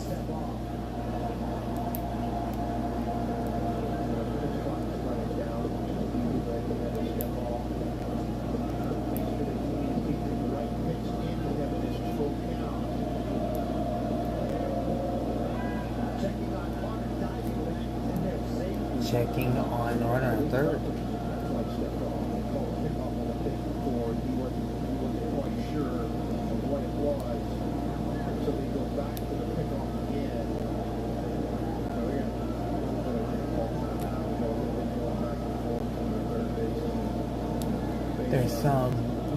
There's something going on with Auburn player at third and third baseman from Louisville. They were barking at each other. Hopefully everything's okay over there.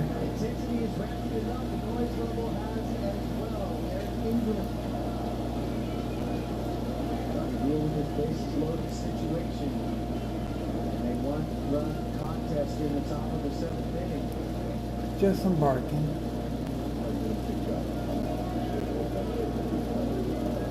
I think everyone's ready to get out of that dugout and just start fighting each other at this point.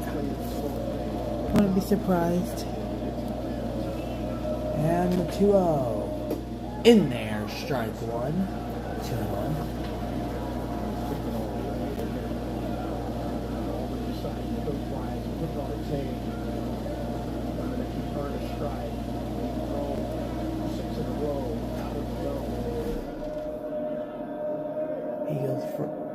He's 6 in a row out of the zone before getting his first strike, and now it's ball 3-1. Nowhere to put him. 3-1 count seems 2-0. Do you make him earn it to fill it up? It isn't always a 3-1 pitch. It's maybe the 3-2 that he wouldn't get in the zone, or you get a better pitch to hit. So be curious to see if they turn him loose. The Tigers have been looking for the big hit. And the pitch. Ball 4. What? A run's gonna score. Look at his side and pump the hands as he trots home. Oh, okay. He was celebrating with his dugout, not yet, like getting excited and looking at the other dugout. Never mind. 5-3 Auburn. Off of an RBI walk.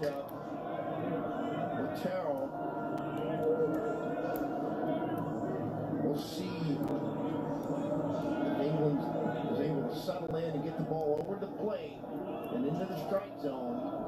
The first pitch, outside, ball 1. I thought they'd go to a different type pitch. Sometimes you get your release point. If you can get back to another pitch using a breaker, you weren't able to land it. The 1-0 pitch. Inside, ball 2. I don't know if they're throwing at him though now. I mean, the first pitch was way outside, so I doubt it. But there could be some intensity between these teams, especially because of what just happened between the third baseman and the runner that just scored. And that was a little visit by the catcher. Whenever I say situation, I didn't mean like benches cleared, but like they were arguing. Benches did not clear yet. But if something will happen, hey, I can see benches clearing before the game ends. I could. I mean, it'd be fun. It'd be fun to see. 2-0 count. Top 7, 1 out. The pitch, high. 3 balls, no strikes. Still nowhere to put him here as the bases are loaded. And there is a pitcher in the pitcher in the bullpen. And the pitch. That is in there. Strike 1. Trying to shut him up now. What you don't want to do right here is chase a ball out of the strike zone. If you're going up there, you got to be aggressive. You got to be aggressive to the middle part of And the plate. pitch, right down the middle. Strike 2. And the count is all filled up.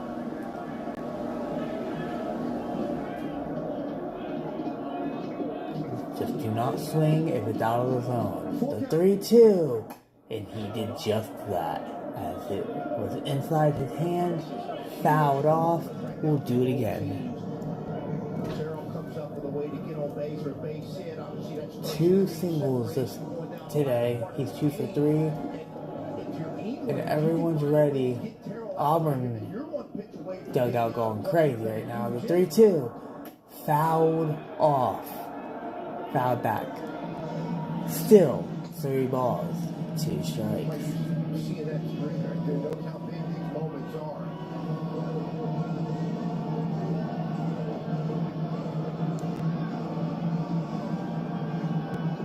Bub back into the box.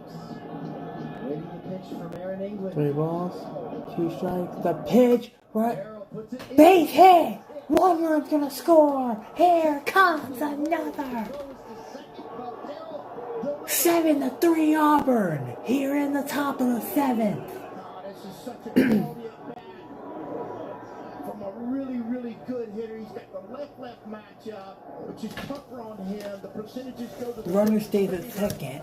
But he hangs in there, fouls the pitch off. What a pitch. Or what a hit. Not a pitch, because the pitch was right down the middle, but That's a perfect double play, but they pull side shift. it would have been a good double play. But instead, 2 runs score, 2 people still on, only 1 out still, and 7-3. Steps in to take strike 1. Big first strike for England to begin the at-bat.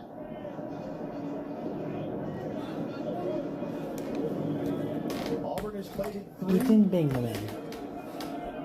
The first pitch was strike 1, and here comes the next pitch. And throw down the second. He almost threw that away.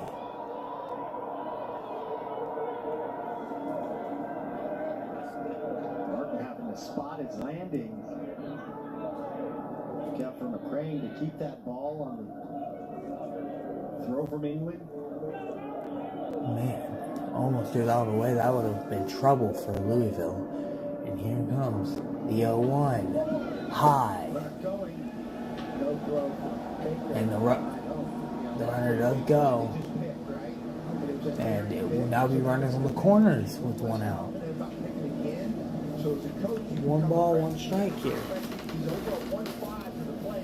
Yeah, see, he goes. Perfect jump. He knows he can't get him at third. So he just holds on to the ball. And the 1-1. In there. Strike 2. It's now 1 ball, 2 strikes here in the 7th.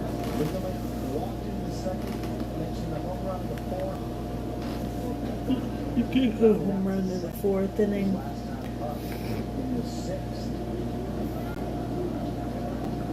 1-2 count. And throw down the 1st. And he is now to run down. And now, oh no, he's still in the rundown, and he will be caught. There will be 2 down. But Auburn steals another run. Double steal. This is their 2nd steal of home this game. It's 8-3.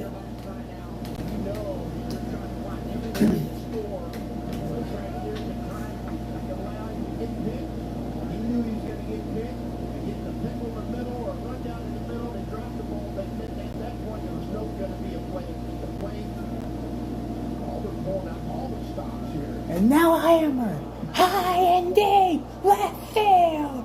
See you later. 2nd deck, 9-3. 2nd homer of the game for Bingaman.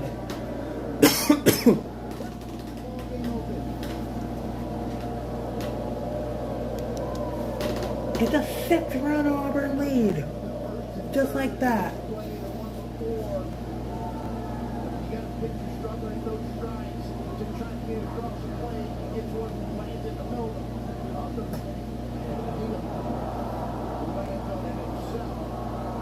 There's 2 outs now,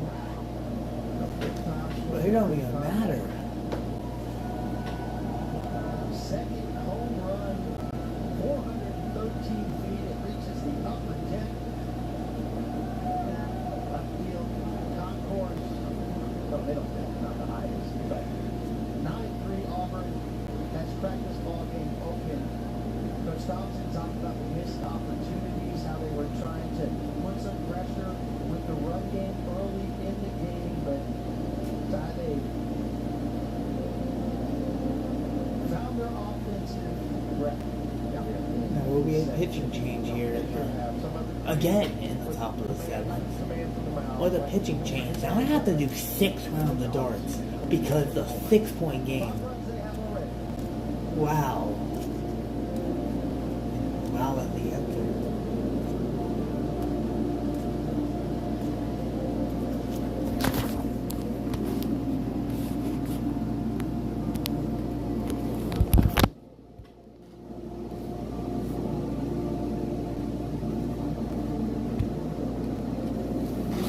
We're going to see.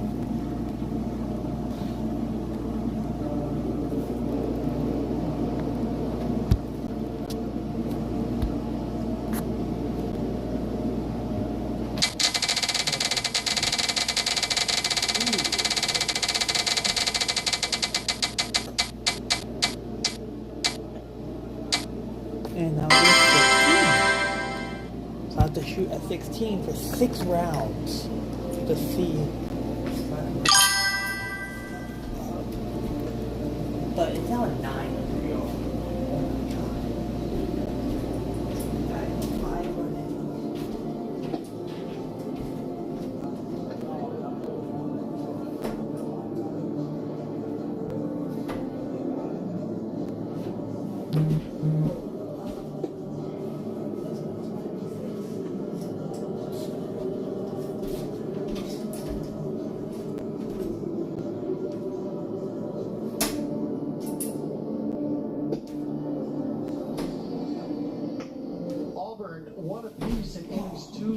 5, but they've busted it open here in Alexa, what's the 56 7th. plus 39? Alexa, Putting what's pressure 56 plus on 39? pitching staff for Louisville that's had to 56 get plus into their 39 bullpen equals now. 95. We will see a 5th pitcher from the Cardinals, but Coach Butch Thompson had talked about his team. We spoke on the Auburn pitching, but they're missing one of their best hitters, but putting together the offensive puzzle pieces and time has paid fruition here in this 7th inning, showing how dynamic of an offensive team they can be.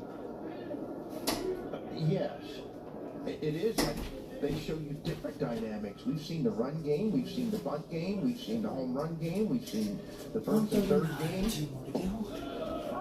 Coach had spoke to what they had done with Terrell earlier. He said, "Hey, look, this is respect. We're doing this because we need to try to find some life and do some things. We're looking for that big hit, that big 2-out hit, and they're getting some production now. 8th player that they have sent to the plate. Lucas Steele this inning. You can't afford to go wall and get out of the zone like that. Nobody knows that. I mean, the young man had a rough day. He came in relief, and it's not easy. But he came in first and third, right? And they're facing, having to face inside ball 2-1. He's got power, and so with Frelick, but then the hitter just gets away. What's 516 plus baseball? As slowly as it is Could played, you clarify the numbers you like mind added? can happen in a hurry. And you just saw what 516 that can plus look like. 180. Still at the plate. One of their 516 plus 180 equals 696. Petrovic. That's their leadership captain system. 2-2 count here. What his teammates think of him. Coach said the 2-2 pitch. Initially picking them. That's fouled off. Players pick now and where the votes start to drop. That's then where he draws the line. So Steele, a member of that leadership group. A lot of sports would go with it. Leadership. A 40.50 ERA this season in 1.1 innings pitched. That's great. Until the end of the year, when you really define the 2-2 what a leader looks like. ground ball, base hit. But the same result for Auburn. Right off his glove.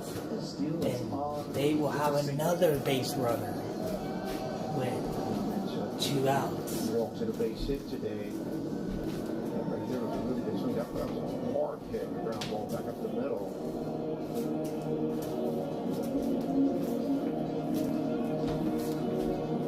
With Jaden Combs, the full complement, have seen the battle thoughts for the Auburn Tigers. They have 5 on the board, run-wise, 2 outs, 1 man on. 1 on, 2 outs, the pitch, swing and a miss.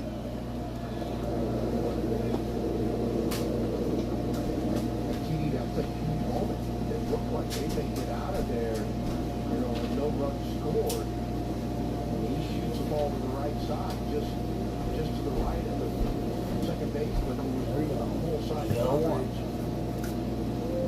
And that's way outside. 1 ball, 1 strike. So it's strange because the ball got in on him. He had to put that ground ball the other way. Halfway got through. It kind of broke the ice for the Tigers offensively. 1 ball, 1 strike. 2 outs. Swing and a miss. 1 ball, 2 strikes here.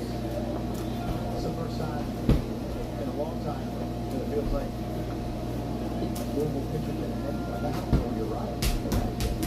It has been since the first since Clay. Since Clay. 1, 2 pitch. Way outside. 2 balls, 2 strikes. Dugout, the energy that they have been bringing, the pressure that they've been bringing up on the fence, they were making them feel it, Brown. He came in, Schweitzer feeling it as well earlier, England, Garrett, those 3 ball, 2 ball counts. Not to clear the ball. 2 seconds, draw to first in time. Inning over.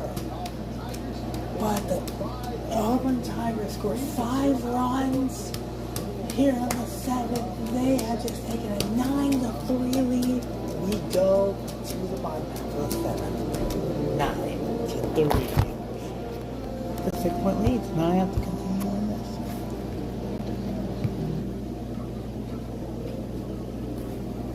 We're gonna do a quick one.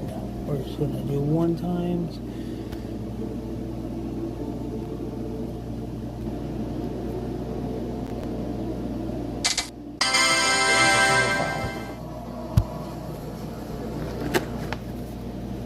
Look at Auburn go. Hold on. That's what I'm talking. Okay. So Auburn now 3 for 12 when people are on. That's still we don't dart. That's 5, 6 on.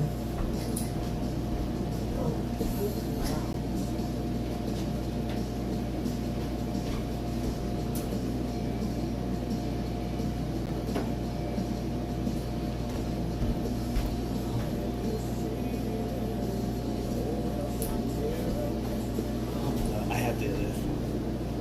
No! Frick you!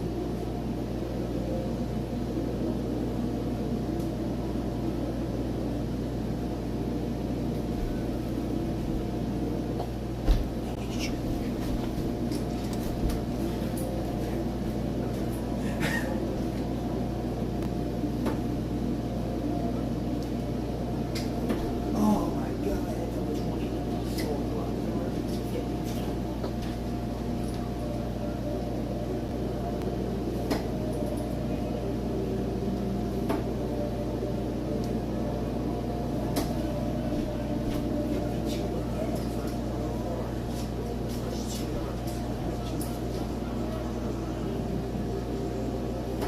Welcome back to the Globe Life Field, 7th-inning stretch, brought to you by Managing Bank. Get moving. That's the blood flowing here on a Sunday morning. If you weren't watching USA Hockey take the gold, that's the way to get your morning started. But then came right over to us to begin our first of 3 games here to close out the weekend at Globe Life. Get home day, right? It is indeed. Let me tell you what, energy in this building is pretty good. I don't know if it was right before the game started that the USA hockey team took home the gold, but 155. there's pretty good energy in here today for getaway day. Auburn trying to get away with a perfect record, 8 straight victories going back across their time the last 3 years, right here in Arlington. Louisville, I believe, with a winning record, beat Nebraska. They lost to Michigan. What's 696 plus 165? 696 plus 165 equals 861. Christian Chatterton, pitcher that remains on the mound for the Tigers.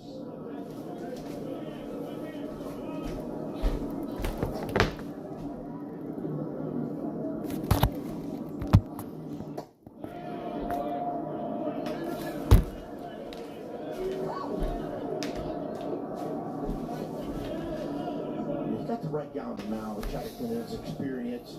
You want to get the ball in the strike zone, just create a 6-yard separation. You don't want to give up 3 bases. There will be a runner on for Louisville here to start up the 7th inning.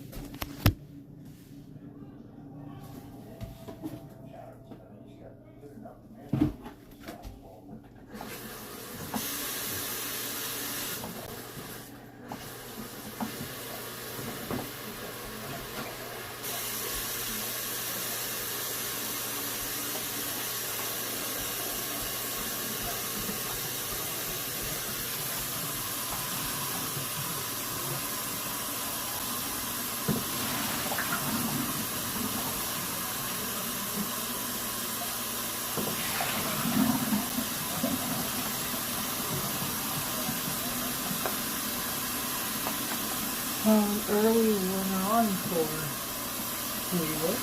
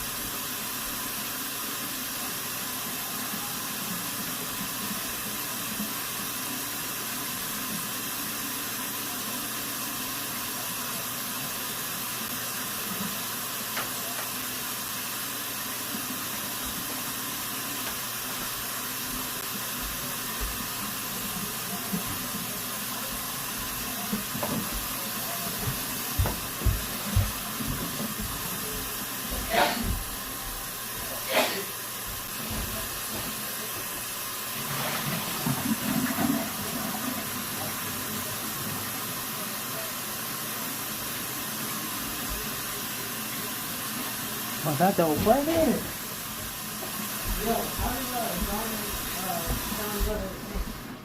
In Frank's car.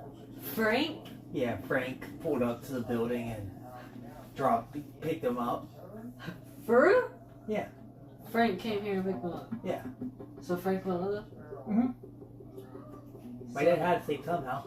Huh? My dad had to sleep somehow. Oh, he's sleeping? Yeah, he was sleeping in the car. Well, why didn't John and John just drive him there? Who's John?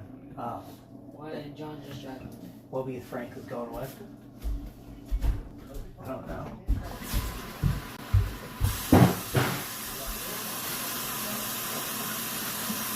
Because John's a lazy piece of shit, that's why.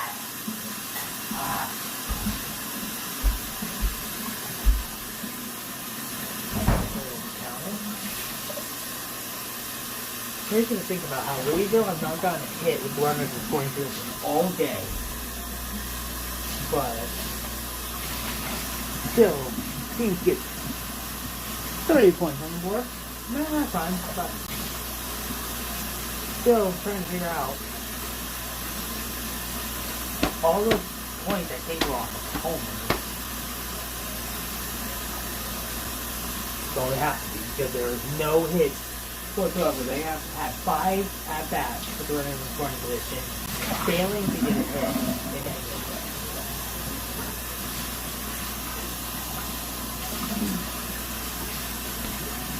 And that's out number 3. So we go to the top of the 8th, or the 8th inning. It is 9-3. Auburn. Here's the top 15 matchup. I think Auburn's already on their way to getting, oh no, it wouldn't be the upset of the week because Auburn is the team to upset. That's right. See, this is why team number 1 can't always be a good thing. Because you can't upset anybody. It's impossible now to upset anybody. When I'm doing this, Louisville have to upset Auburn, but they're not doing so.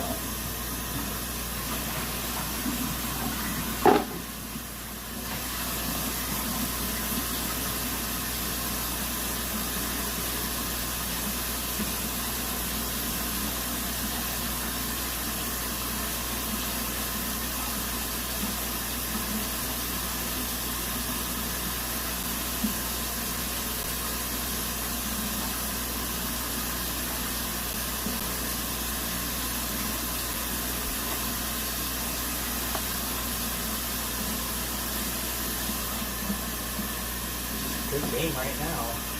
For a game that was close to me for the 7th inning, and then Auburn starts whooping some Auburn booty. Yeah, I'm gonna say Auburn booty here. And before you know it, we're seeing a very close game. Well, not very close. It's a very big game now. It was very close though. It was 4-3 going into the 7th, but ending the 7th, it was 9-3 all of a sudden.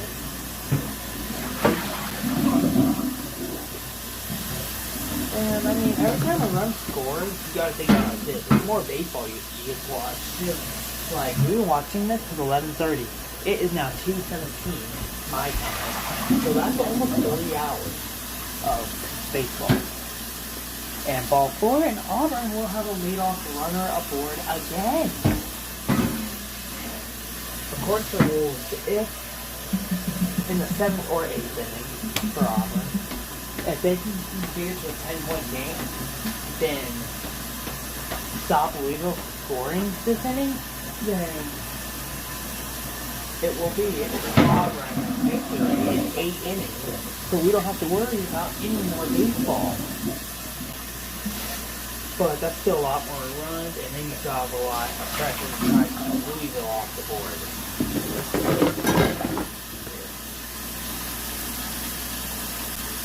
I think the best part is just trying to stop them, but not really stopping them.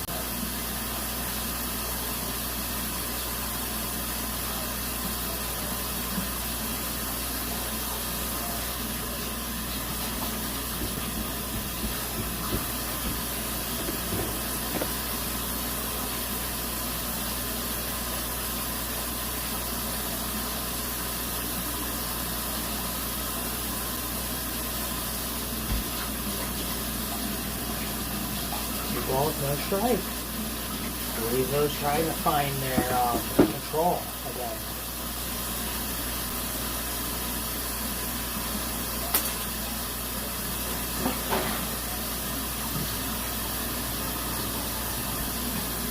Ball is the big issue right now.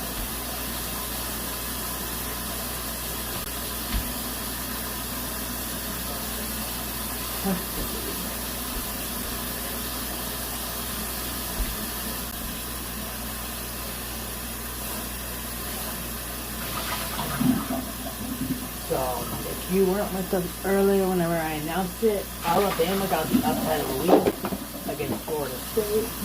And the worst upset of the week was the Duke, whatever, they beat Michigan for whatever reason.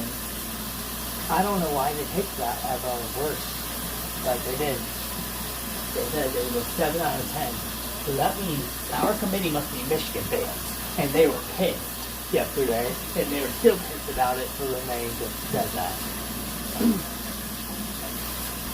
Yeah, we announced it right after the games are over. So,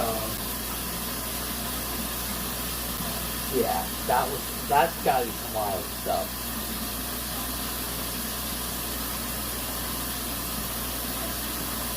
We're actually getting a new person to do it now after that, because I feel like Duke should have gotten the upset, while the worst could have been, you know. Probably Arizona-Houston game, Arizona being the worst, because they literally have 2 different entries in the upset. And I don't think that was fair whatsoever.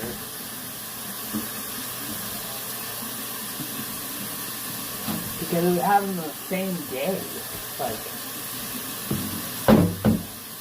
when we started this one, knowing that Auburn had it, and then we thought, oh, maybe we're going to have that Auburn started. I guess we can come back. Well, I mean, we will very quick. So they can come back, and then they'll come back.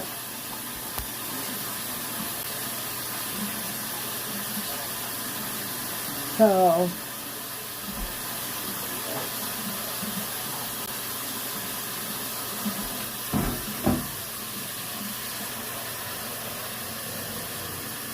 now it's a reball up. Now we're in the top of the 8th. There's 1 out now. The runner on, so that's me another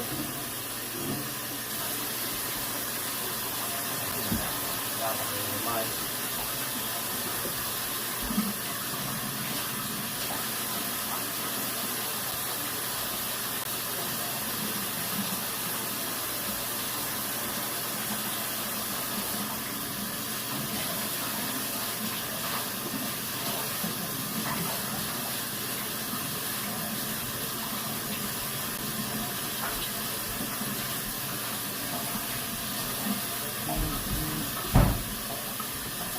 Let's do it. I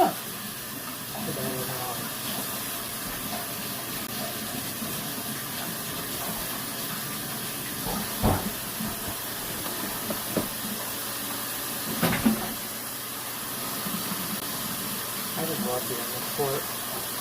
Baseball's probably my favorite sport.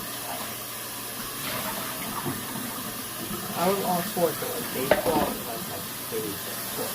Now, the only unfortunate thing about baseball is baseball is the only sport that we do that does not have intermission, doesn't have halftime. It literally just has 2-minute breaks, no about that.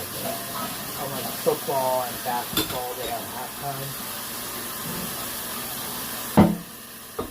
That part sucks. Because then you have to wait 15 minutes. Baseball, it's just clean. Just it is.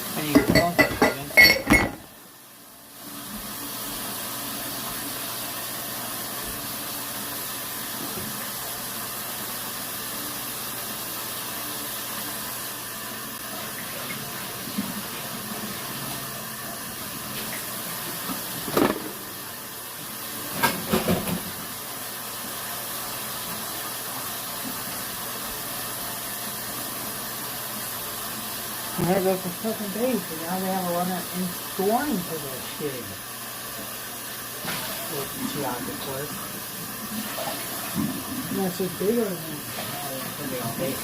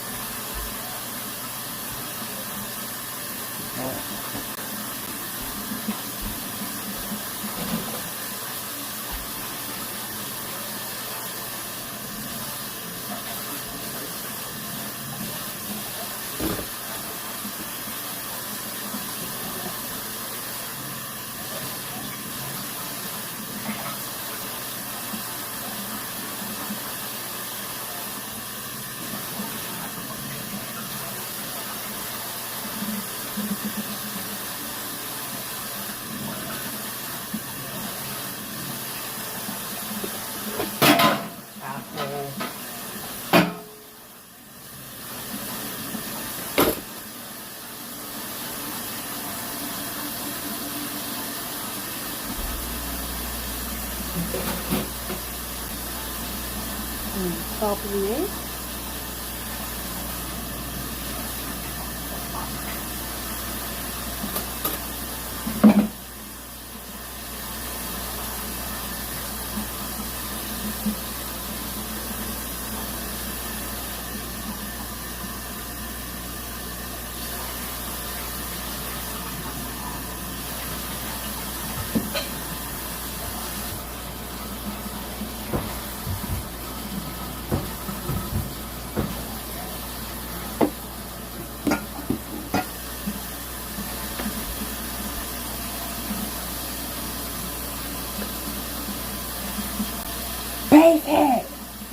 Auburn coming in.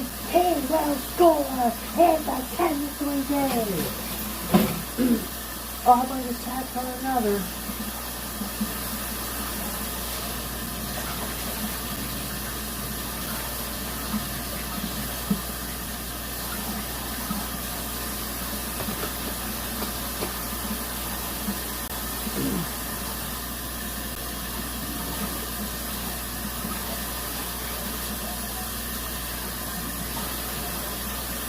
It's a 10-3 game, just like that.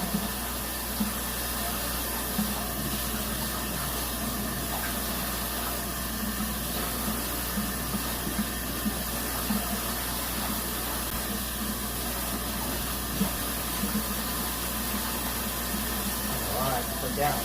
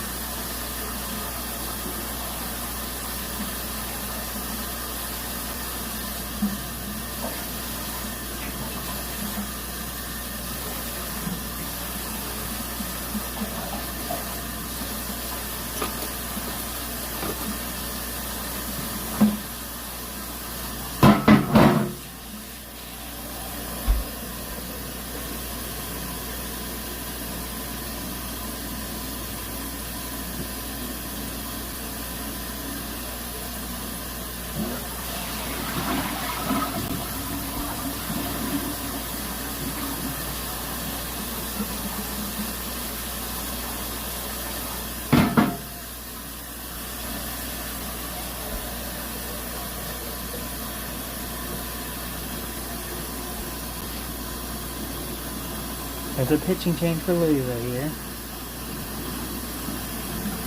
That was a 7-run game. That's impressive, though. Can I have start on the throw now? Because of all of this, it's crazy. They want to stop this dish. Actually, gonna stop this dish like they do that.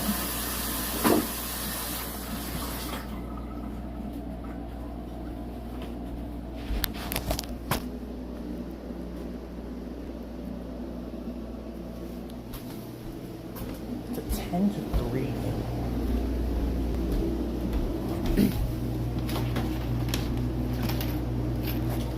Dog has a throw right now. It's crazy.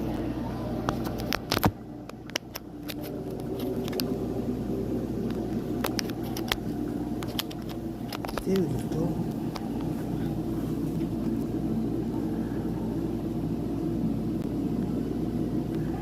It's 10-3 game.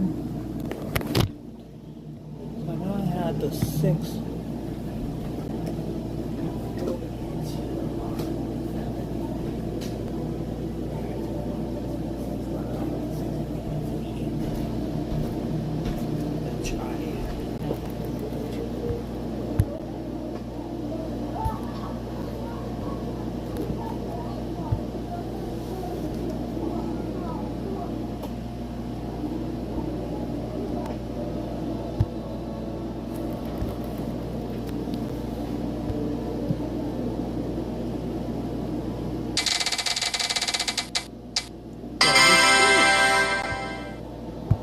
I have 6 darts at double 6.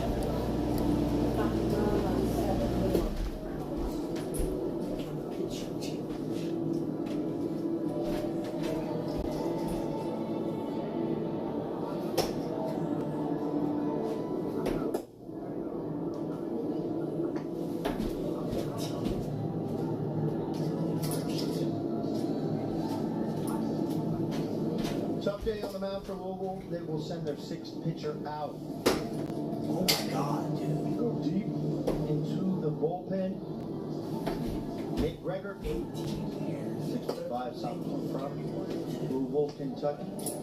He's thrown an inning this season, 2 strikeouts, 9.00 ERA. Ty, what are you looking for a guy like Gregor right now in this type of situation? Well, sometimes when you're down like this, you want something positive to come out of it. I'm not saying the game's over. I'm not saying that Louisville can't come back and make a tremendous comeback. But what I am saying in this moment right now, in the present, you're down 7 in the 8.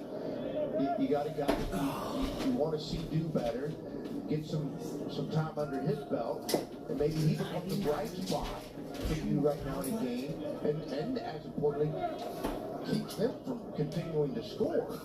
But yeah, you're looking for something positive, and maybe it's a guy who goes out there and has a good, couple of hitters from the mound. Brandon Creech watching his last at bat, that pushed a run across. He had a double back in the third. 2 for 4 day. I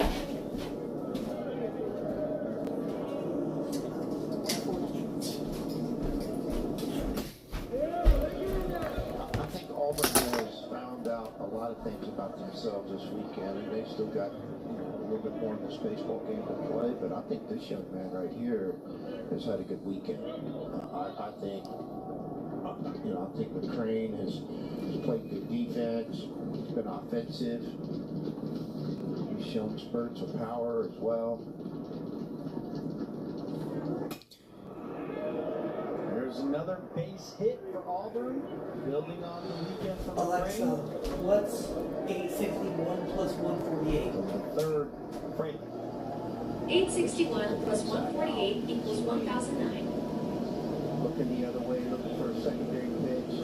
Just after he just slips his hands inside it enough, shoves it out in the right field, hits it hard enough that he gets through the infield. You hear the word inside out of the pitch. That's what it looks like right there, particularly with 2 strikes.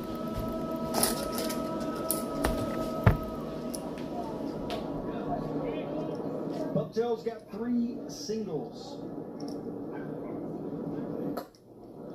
I now have to throw with 7 rounds. Fortunately for him, he hasn't been able to Auburn is trending again, by the way. Their homer would be big right now. Out of that 5 spot in the lineup, we've seen him put pressure on the base paths. That out to center. More be caught. Out number 3. One more added to the tally for Auburn. They lead 10-3 Louisville. Don't look at so now I'm going to do 7 more after them finishing too fast. Down the other at that. Put the runners on in or doesn't score a motion. There we go. Go with 13 now.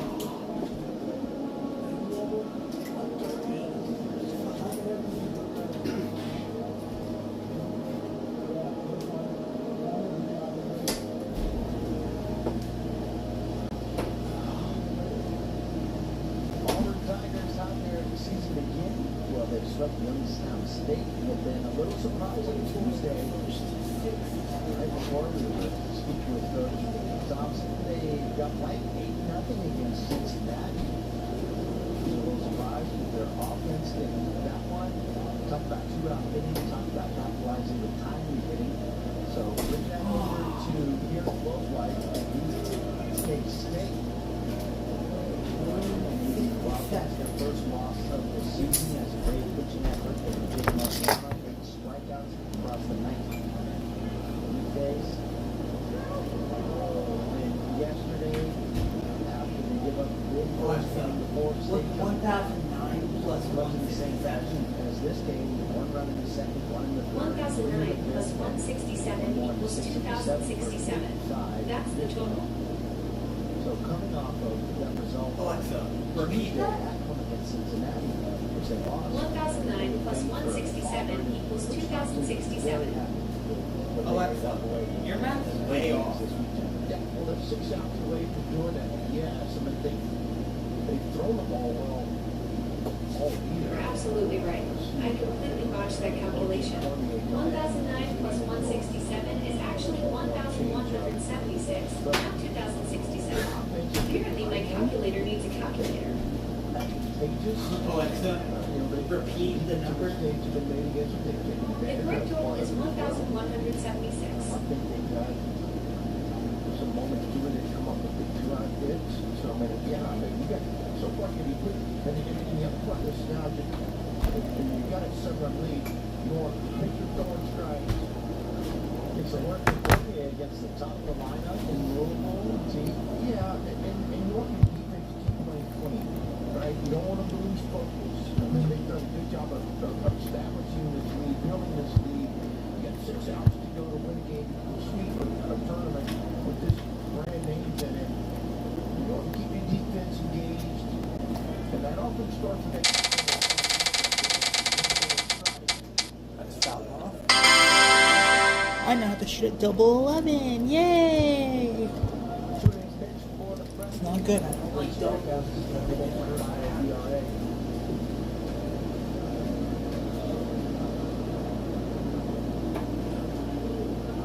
Will shift for Auburn.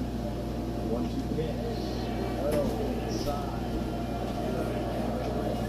Bucks more. Come on. You're in the 8. Certainly not exactly what we were just talking about. 3 bases, you're out 7. You don't want to create any kind of pump or energy for the opponent. In Louisville, landed a couple change-ups in a row. Looked pretty sharp. Ball got away from him. And to refocus as a young pitcher, get right back in the strike zone. Good day for Campbell. 2 singles, scored both times. But that was the time of the plate.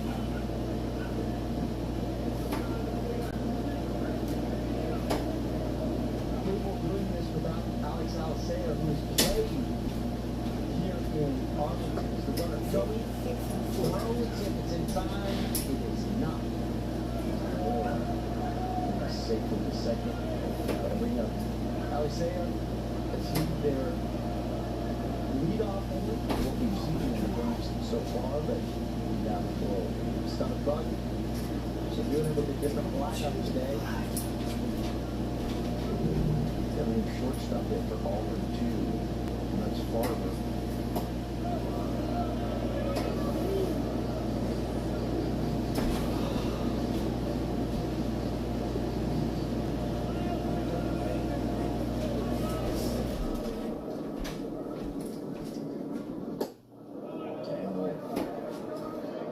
Big cut, 88-mile-an-hour fastball. Sneaky suspicion. We're going to see that change-up from him right here. I think it's been his best secondary pitch in the brief time he's been out there. What's 1,176 plus 148? Nice job by Cormier coming 1,176 plus 148 equals 1,324. Strikeout. Down and away.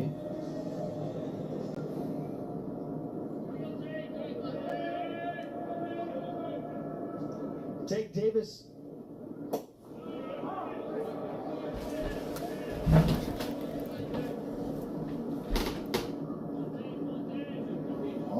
in the fourth.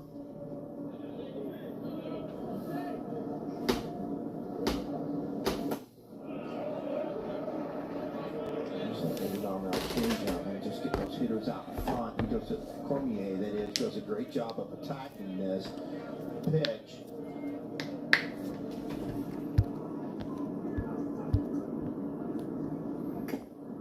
Tips that. Another. You know, this is one of those things that you get Cormier as a freshman now. What does he look like measured up throwing against one of the best hitters in the ACC and one of the best hitters in college baseball? With Tag Davis. What does that matchup look like? Comes right back with another changeup, takes a little bit more off of this one, gets that finger inside of it, making it rotate left to right and down away from the left-handed hitting Davis. Look at that thing take off and just start running towards the ground. Good looking pitch. Yep. 2 down after back-to-back strikeouts. I think Zach was running some scoring position today. He struck out his last 2 times to the plate and flown out.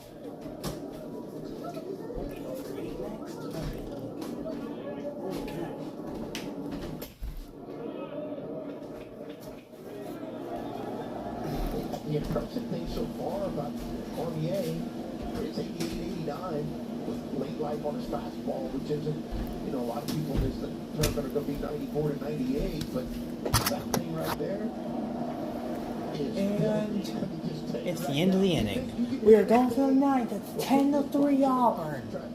Here in the top 15 matchup.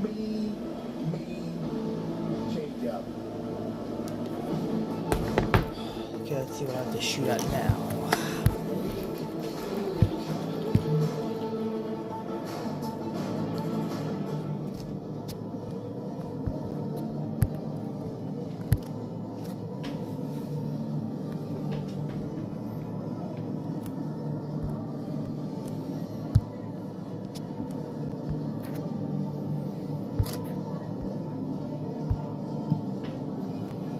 See what it wins on now.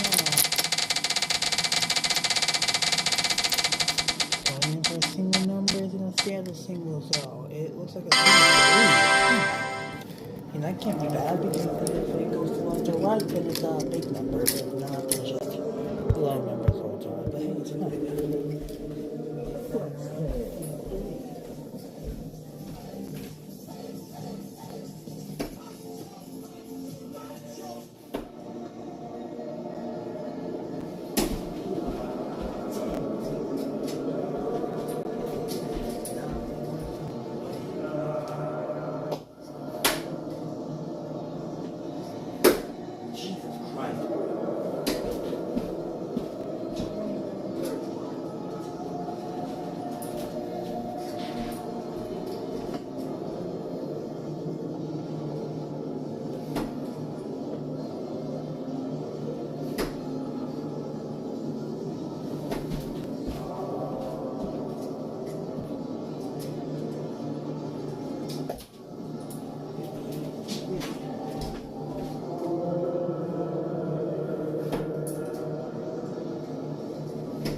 Dude.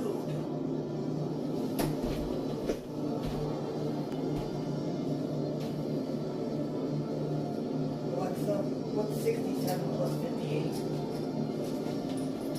67 plus 58 equals 125. Nebraska, all clad in black. We'll face off against number 16, Florida State, and Old Witten on the other side.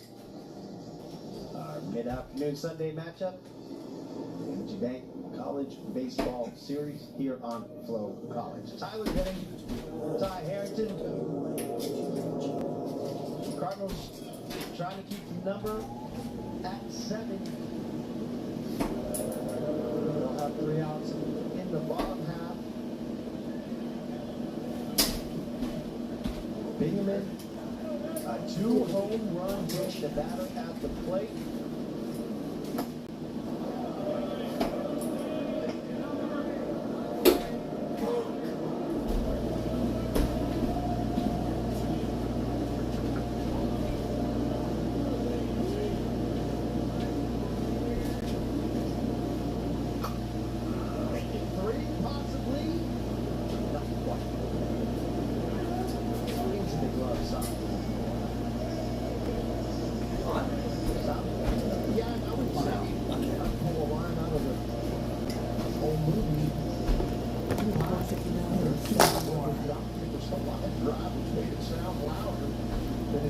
going because it was more on the line. Alexa, put 1,323 plus 159.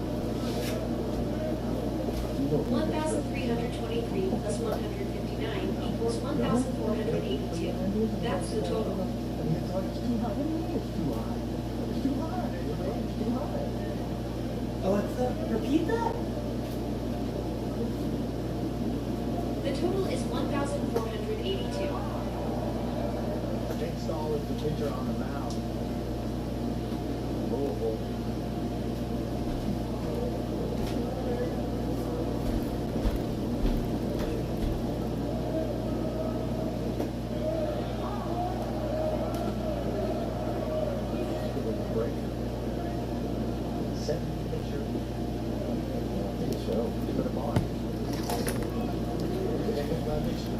Okay. That is 2 balls and 2 Gregor and now Stahl. So 7 done.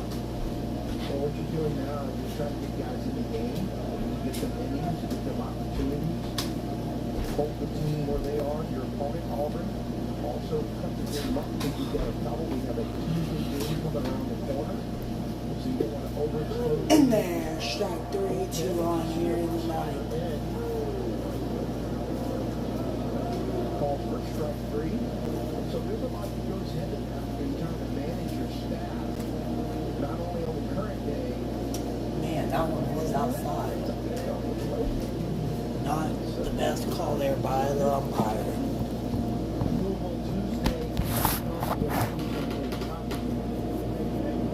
Friday, Saturday, Sunday, welcome to Central Michigan.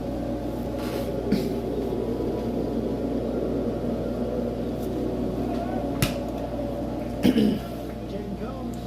And the pitch. That is a ground ball. To first in time. We go to the bottom of the ninth. It's 10-3.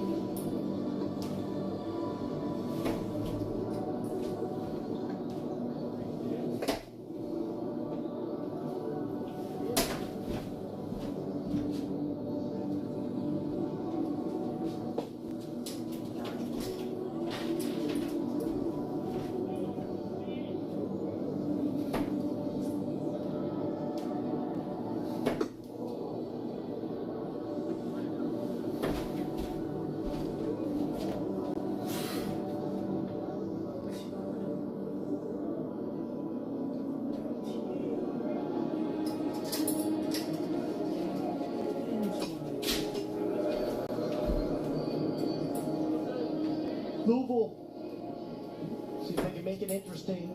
7-run deficit here in the bottom of the ninth inning. 5, 6, 7 coming to the plate. Opening weekend, they dropped 2 of 3 to Michigan State. Won the getaway game 9-1, but they were at home. Then victorious 23-11. Coach McDonald talked to us, Ty, about you learn a lot more through losing than you can in victory at times. Victory can mask deficiencies in areas that you need to improve.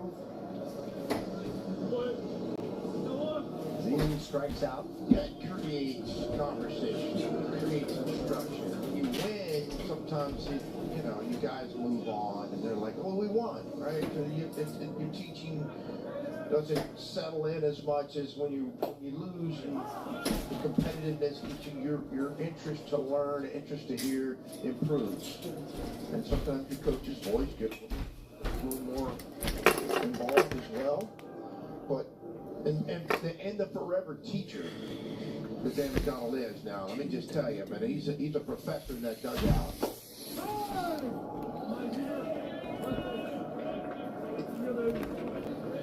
Fastball just nicked him. These people just can't stop calling, can they? 1, 4, 8, 2.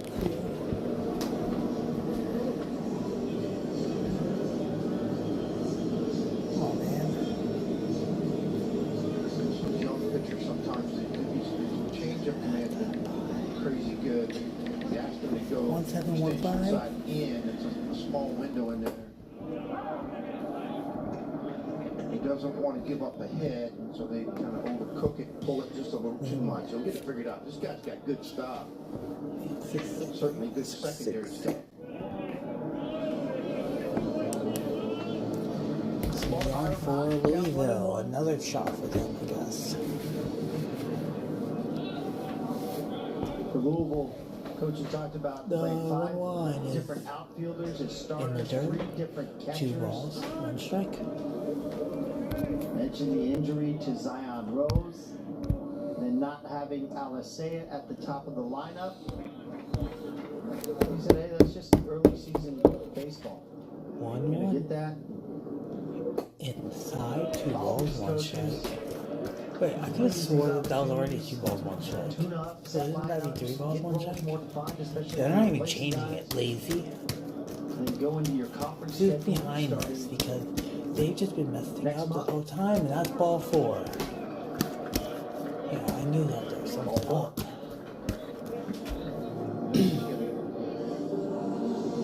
You got a 7-run lead. The guy's got good stuff, good secondary stuff. He's had good command. He's hit 2 now, walked 1. So you don't ever want to give the other team, the opponent, any kind of life in the game. The game's never over until it's over, particularly with the one with the bats in the world. But 2 people on. A shot for Louisville. They have not gotten a hit at all whenever there's a runner in scoring position all day. They are 0 for 8. Interesting is when he's needed to get back in the strike zone. He doesn't use his somebody on base altogether. Louisville is 2 for 11, which is Alexa. What's 2 divided by 11? 2 divided by 11 is about 0.1. There's a strike.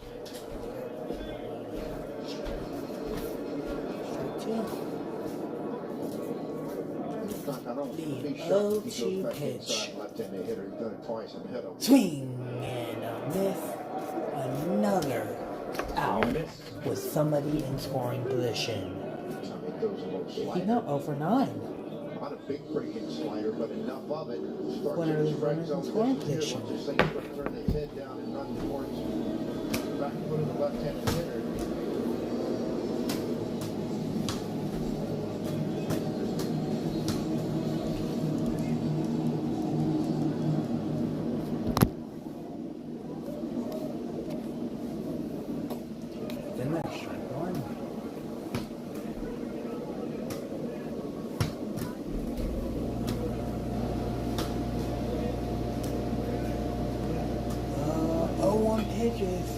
On the ground, base hit, their first hit of the day when there's a runner in scoring position.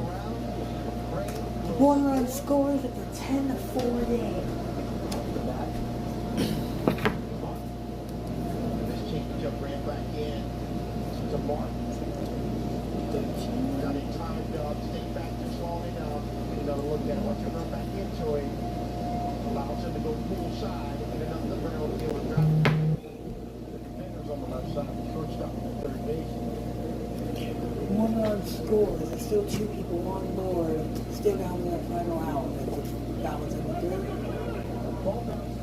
And both runners will advance. Their side in the scoring position. So now a base hit. Get a couple more. Two people in scoring position. Two people out on the wild pitch. And the pitch. That's belted over foul. Strike one.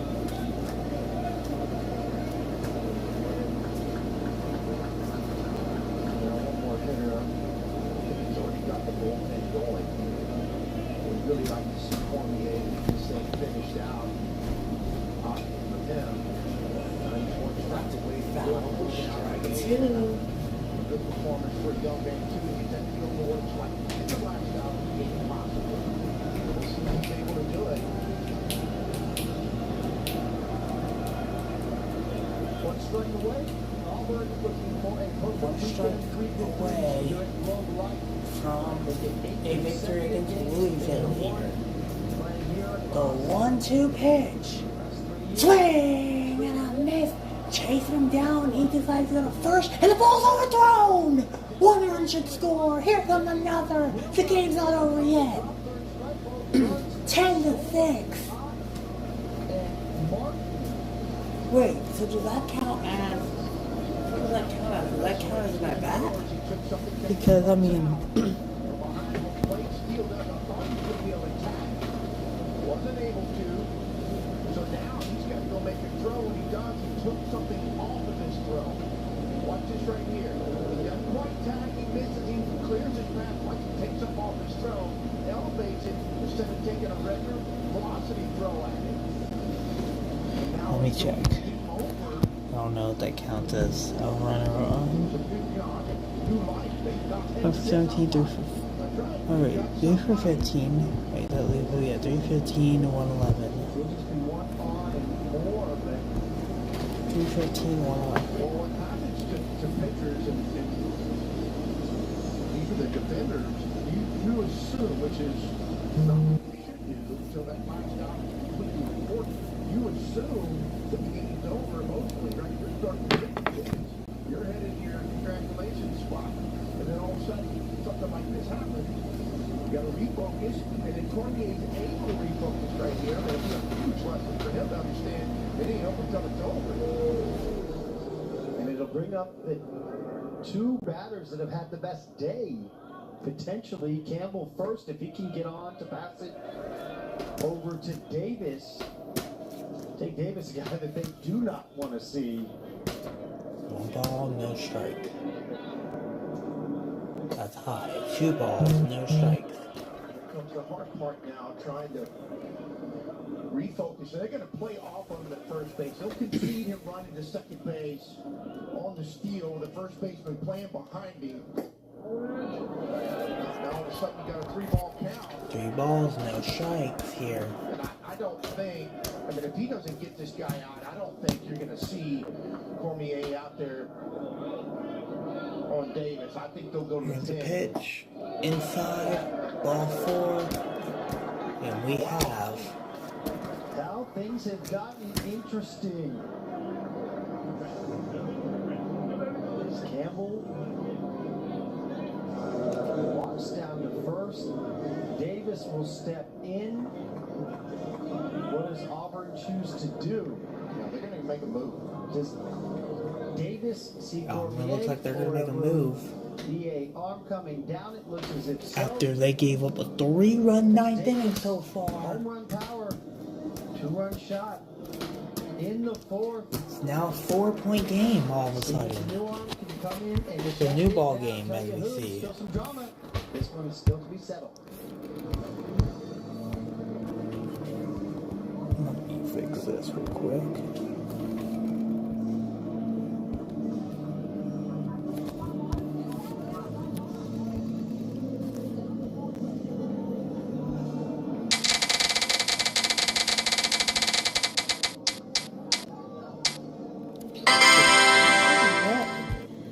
Doing only 4 rounds this time instead of 7 because there was already.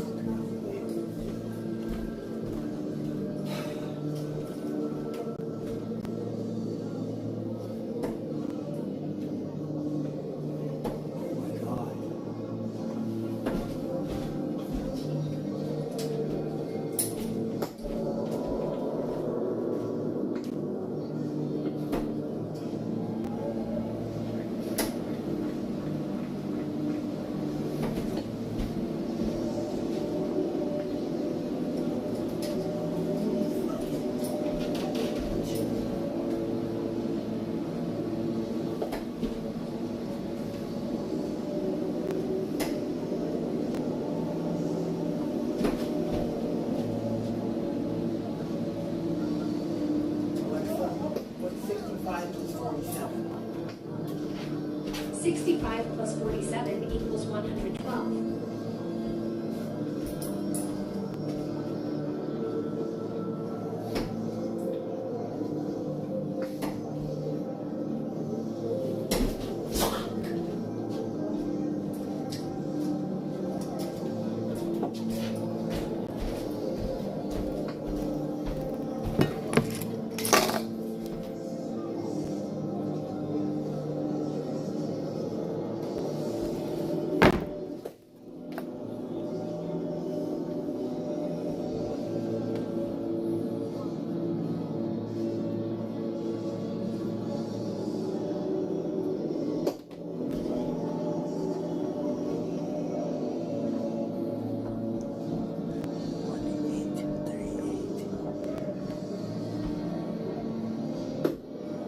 This one has some intrigue. 3 runs scored by Louisville. It was a drop third strike on the batter. Drop third strike was a big thing of why this inning is still going on right now and this whole game's still going on.